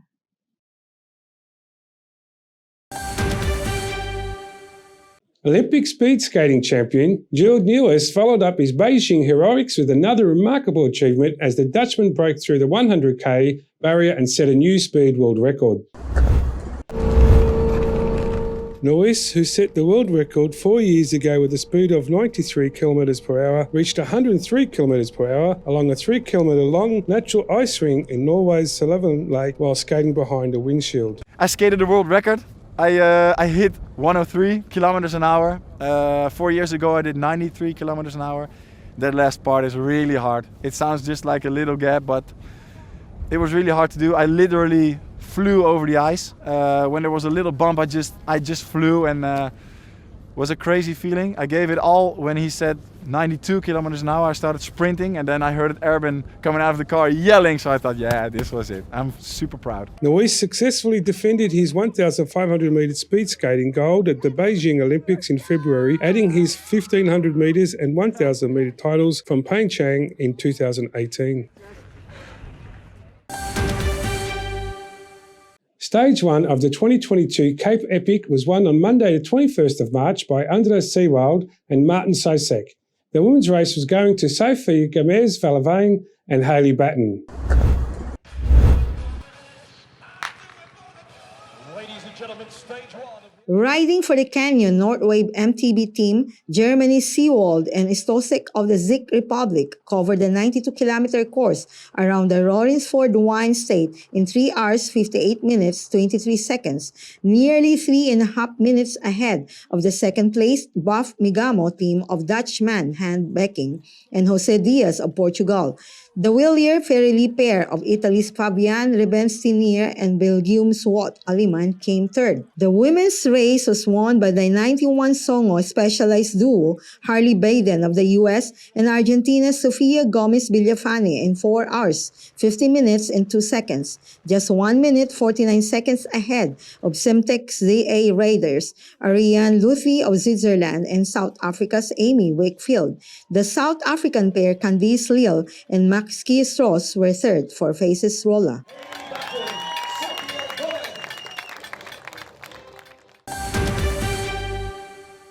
Australian tennis great and current world number 1, Ash Barty has announced her retirement from the sport at just 25 years of old, saying, "The time is now right for me to step away and chase other dreams and put the rackets down."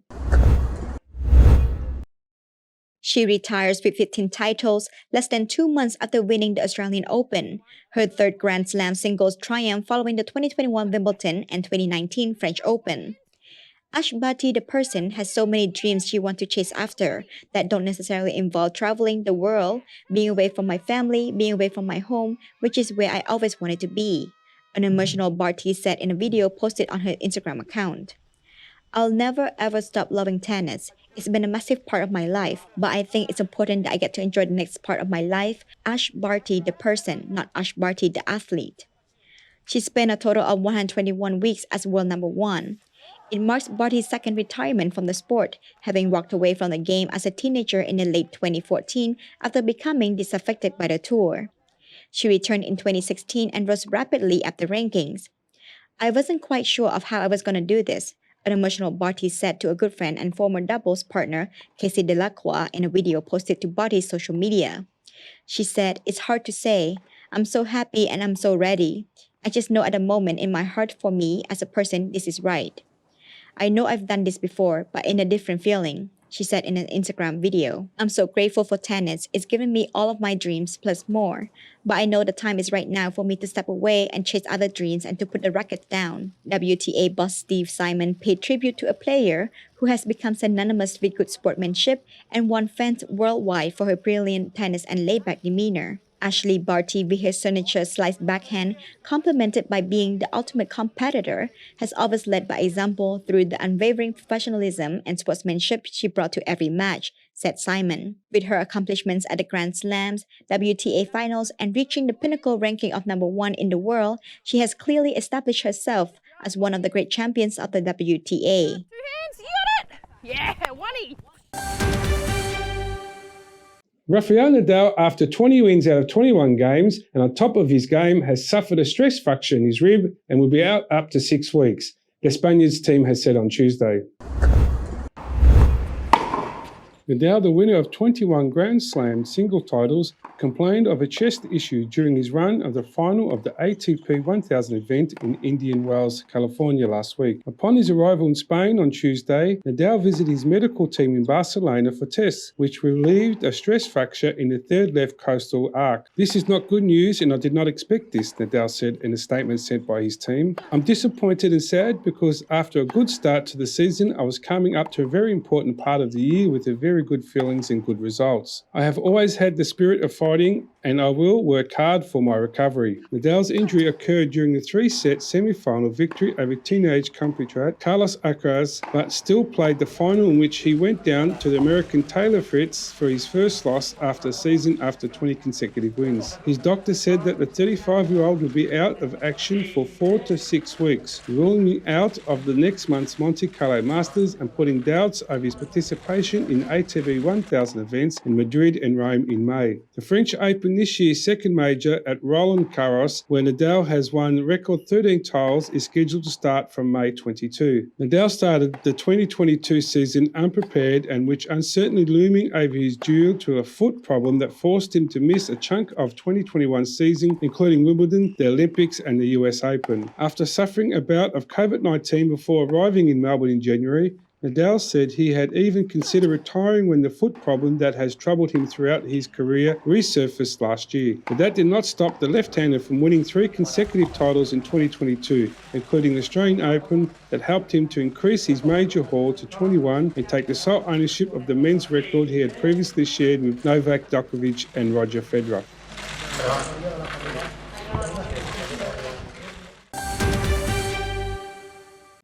Australia is confident they can put aside the disrupted build-up to the World Cup, qualify against Japan and keep alive their hopes of a booking of an automatic ticket to the finals in the World Cup later this year, the assistant head coach had said on Wednesday the 23rd of March.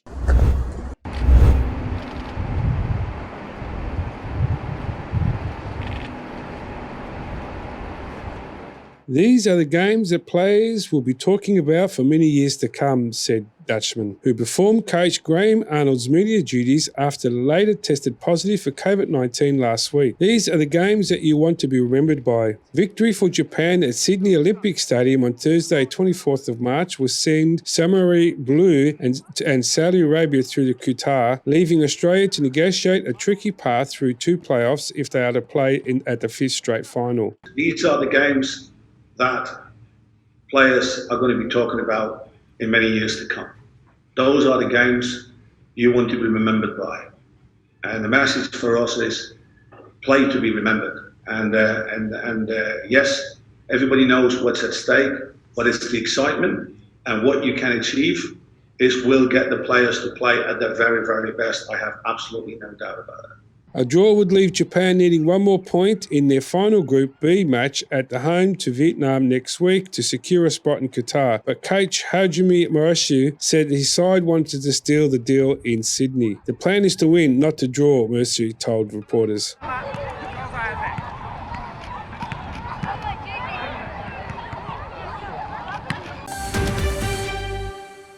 Russia will launch a bid to host the European Championship in 2028 or 2032. Also, England, Northern Ireland, Scotland, Wales, is also known as the UK, have also submitted expression of interest. Britain and Ireland had last month announced plans for a bid to host the tournament after dropping plans to bid for the 2030 World Cup following a feasibility study. The governments of the UK, Ireland, Scotland, and Wales have confirmed their support for the EOI submission, and given the Northern Ireland executive is currently not meeting formally, officials there continue to observe the process closely, they said in a joint statement. Over the coming months, we will develop our proposals further, subject to the publication by UAFA of the full technical specification. This includes engaging in discussions with possible host cities and stadia to define the optimum tournament model and conducting a full cost of benefits analysis. UAFA said in October that countries interested in hosting the 2028 European Championships must confirm their bid by March 23. The list of bidders will be announced in April, while the host will be appointed in September 2023. Minimum requirements include having 10 stadiums available, with one having a capacity of at least 60,000 and 2 venues with at least 50,000 seats. Europe's soccer governing body also said automatic qualification as host would not be guaranteed if more than 2 countries submit a joint bid. In Russia's case, a board member from the country's football federation, or RFU, said, even though the nation is banned from international competitions following its invasion of Ukraine, soccer governing bodies FIFA and UAFA have suspended Russia's clubs and national teams pending the outcome of an appeal by the RFU to the Court of Arbitration of Sport. We'll make a bid for the 2028 and 2032 European Championships, RFU board member Sergei Anokhin told broadcaster Match TV on Wednesday, 23 March, but did not specify when the bid would be submitted. Russia hosted the World Cup in 2018. Moscow's Luzhniki Stadium, which hosted the final, was used for a rally hosted by President Vladimir Putin last week. We should take the opportunity to host the Euro. It would be held at our World Cup stadiums. We have developed infrastructure, RFU President Alexander Yukov was quoted as saying by Match TV. We understand that there is a minimal chance to host, but we must use it. We reserve our right to make a bid. This option is free. The Turkish Football Federation, or TFF, also confirmed it had applied to host Euro 2028, while Britain and Ireland had submitted a joint bid earlier on Wednesday. UAFA said in October that countries interested in hosting the 2028 European Championships must confirm their bid by March 23. The list of bids will be announced in April, while the host will be appointed in September 2023. The 2024 edition of the tournament will be hosted by Germany.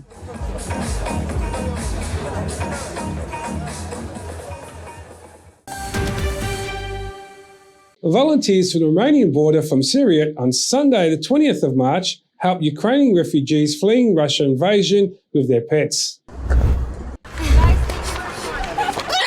There are requirements when one travels with a pet, and so volunteers in the Romanian border are helping Ukrainians. They are also making pet health certificates and passport for 4-legged family members, European passports, because most of them want to go further into Europe, aside from helping the human and their pets with food, crates, blankets, anything that they might need in their future travels, said activist Christine Tutunaru, who is working with the organization Pulse of War. We are helping refugees with pets, mostly dogs and cats, but also rodents, to do all their vaccinations that are needed to cross the European border. We are also making passports for them, European passports, because most of them want to go further into Europe. And we are also helping them with food, crates, blankets, anything that they might need in their future travels. Nearly 3.5 million refugees have fled Ukraine since Russia's invasion and are now camped in temporary accommodation. Most of the Ukrainians have arrived at border points in Poland, Slovakia, Romania, and Hungary. Data compiled by the UN Refugee Agency shows putting pressure on the European Union countries now attempting to shelter them.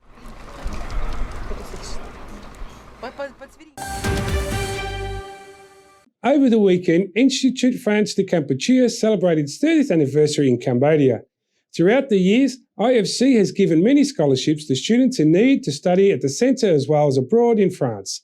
IFC has become a staple in Cambodia and is well known among the locals and foreigners. The EAC News team attended the party and the 30th anniversary celebration of its milestone.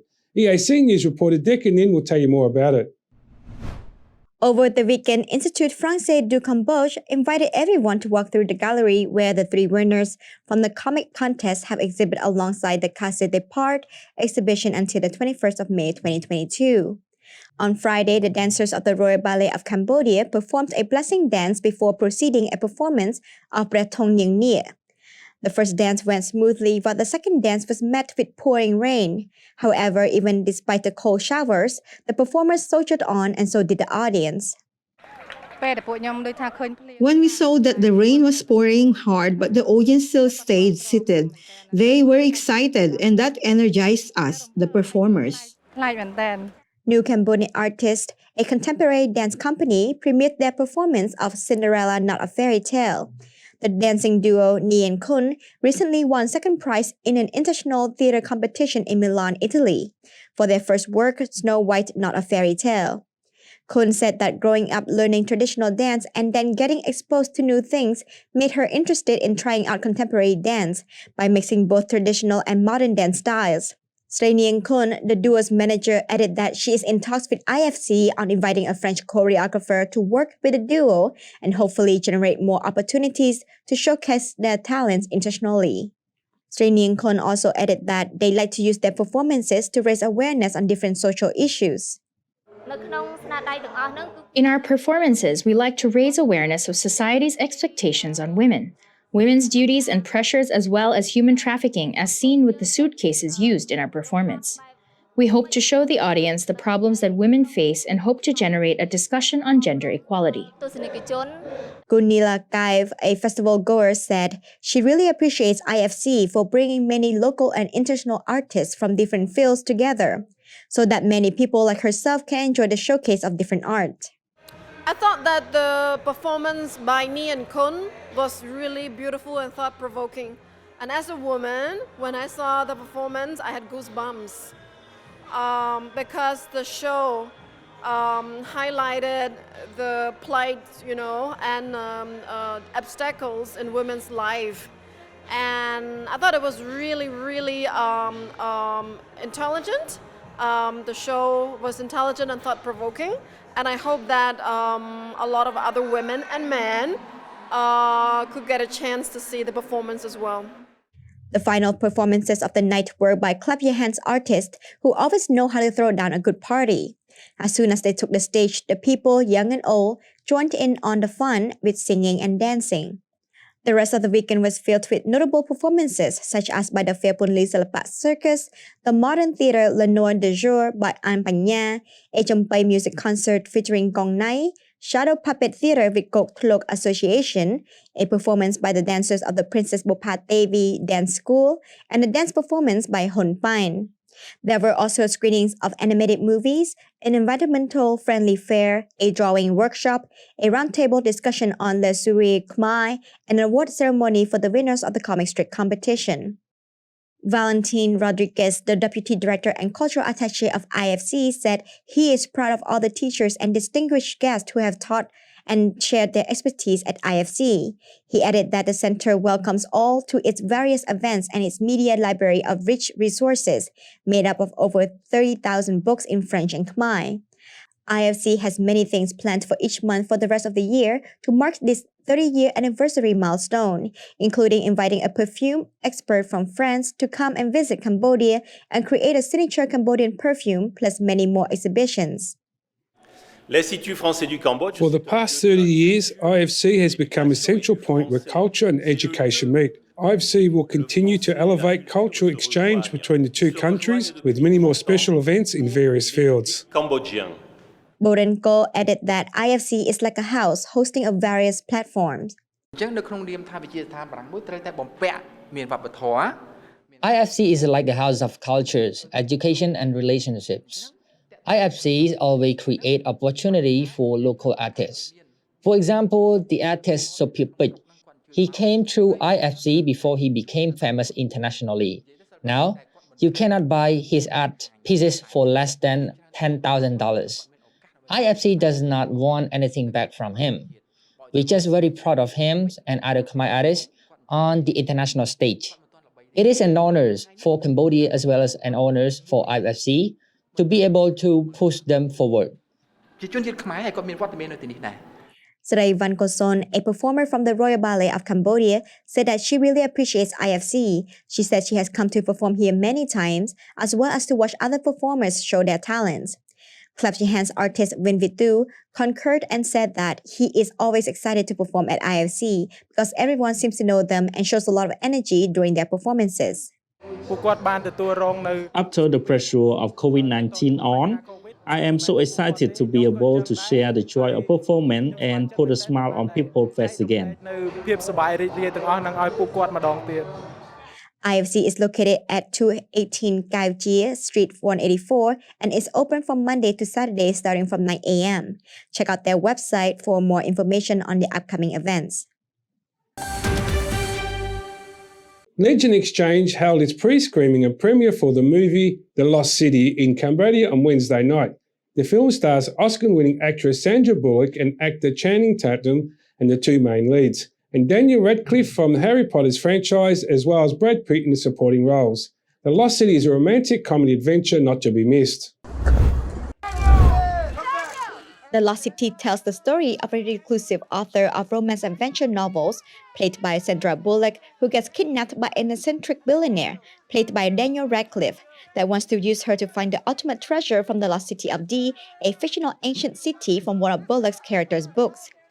At the movie premiere in Los Angeles, the stars walked the red carpet in high spirits. Wearing a grayish-blue suit, Daniel Radcliffe posed for pictures and then talked about how relieved he was to see this movie play in theaters. It is. It's very, very nice. It's lovely to be in a place where we sort of feel okay going back into a theatre, and I'm very, very glad it happened in time for this movie, because look, you can enjoy this movie anywhere. It's very, very good fun, but it is like a grab your friends and get some popcorn and like get loud in a cinema. It's that kind of film. So, and watching it in Austin and being reminded of like, oh, that's what it's like to be in the middle of an audience reacting to something was like very, very cool.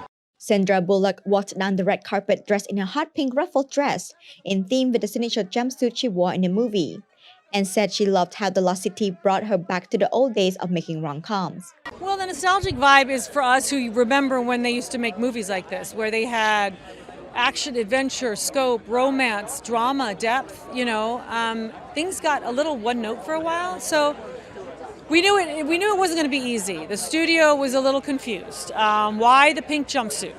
There was a lot of doubts at first, but without all those elements, it just wouldn't have worked. Had we not had the depth, had we not had the beautiful role of Nana, had we not had storylines of loss and lack of relevance and all those things, then you would just look at it and go, okay, it was a vapid 1 hour, 53 minutes, but you leave going, wow, they were unafraid to put their toe into some deep stuff. So funny is funnier if you have a little heartache. On the 1st of March, Paramount Pictures paused the release of The Lost City in Russia due to the ongoing tragedy in Ukraine. The Lost City is now showing in Cambodia starting Thursday, 24th of March.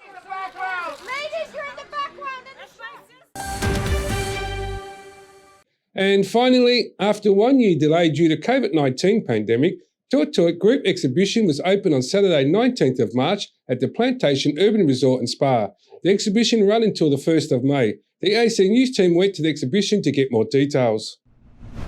Nowhere Art Studio organized and created the Tuat Group exhibition, which showcases the works of 26 multinational artists, including artists from France, the Netherlands, the Philippines, Britain, South Korea, Canada, Serbia, Malaysia, and Cambodia.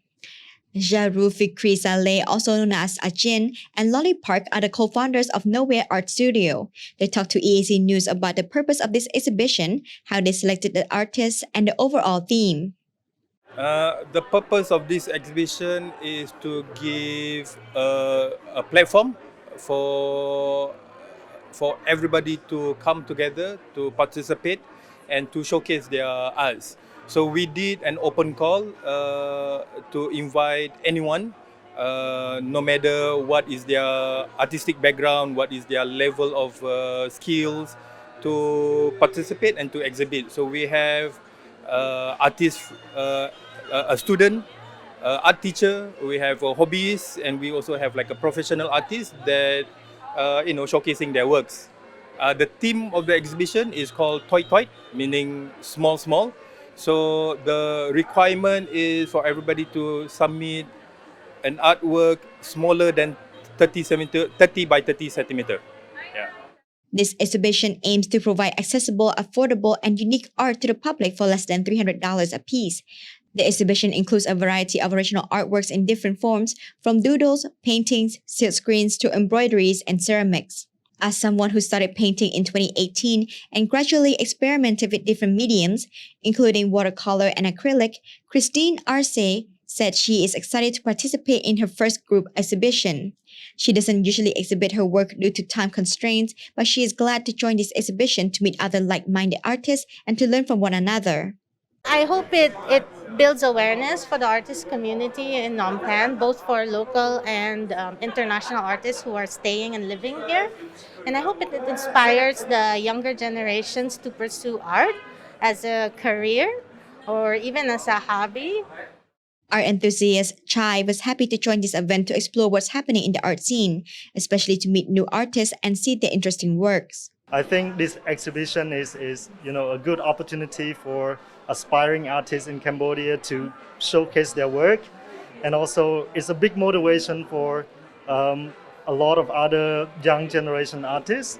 So far, I really like one artwork over there. It's about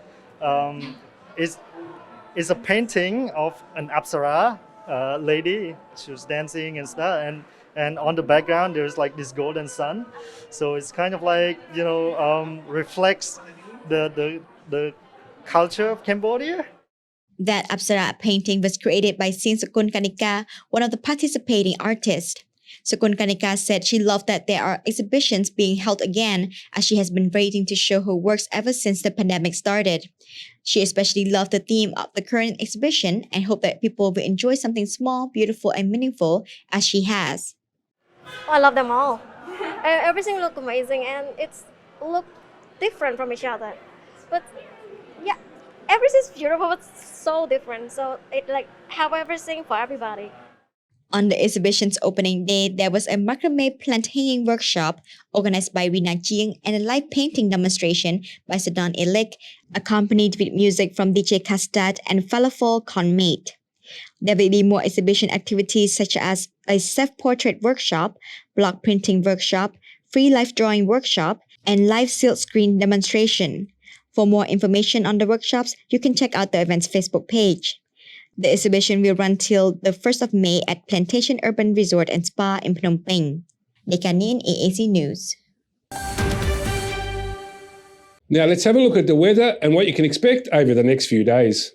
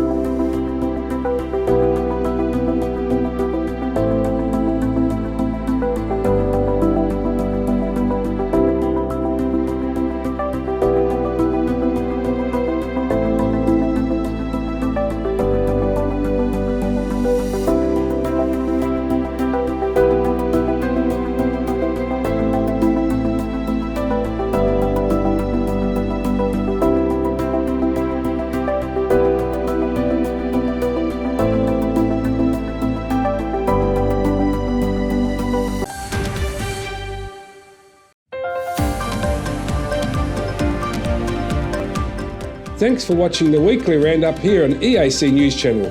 More from the EAC News team in the Daily Roundup Monday night at 8 p.m. We'll see you then.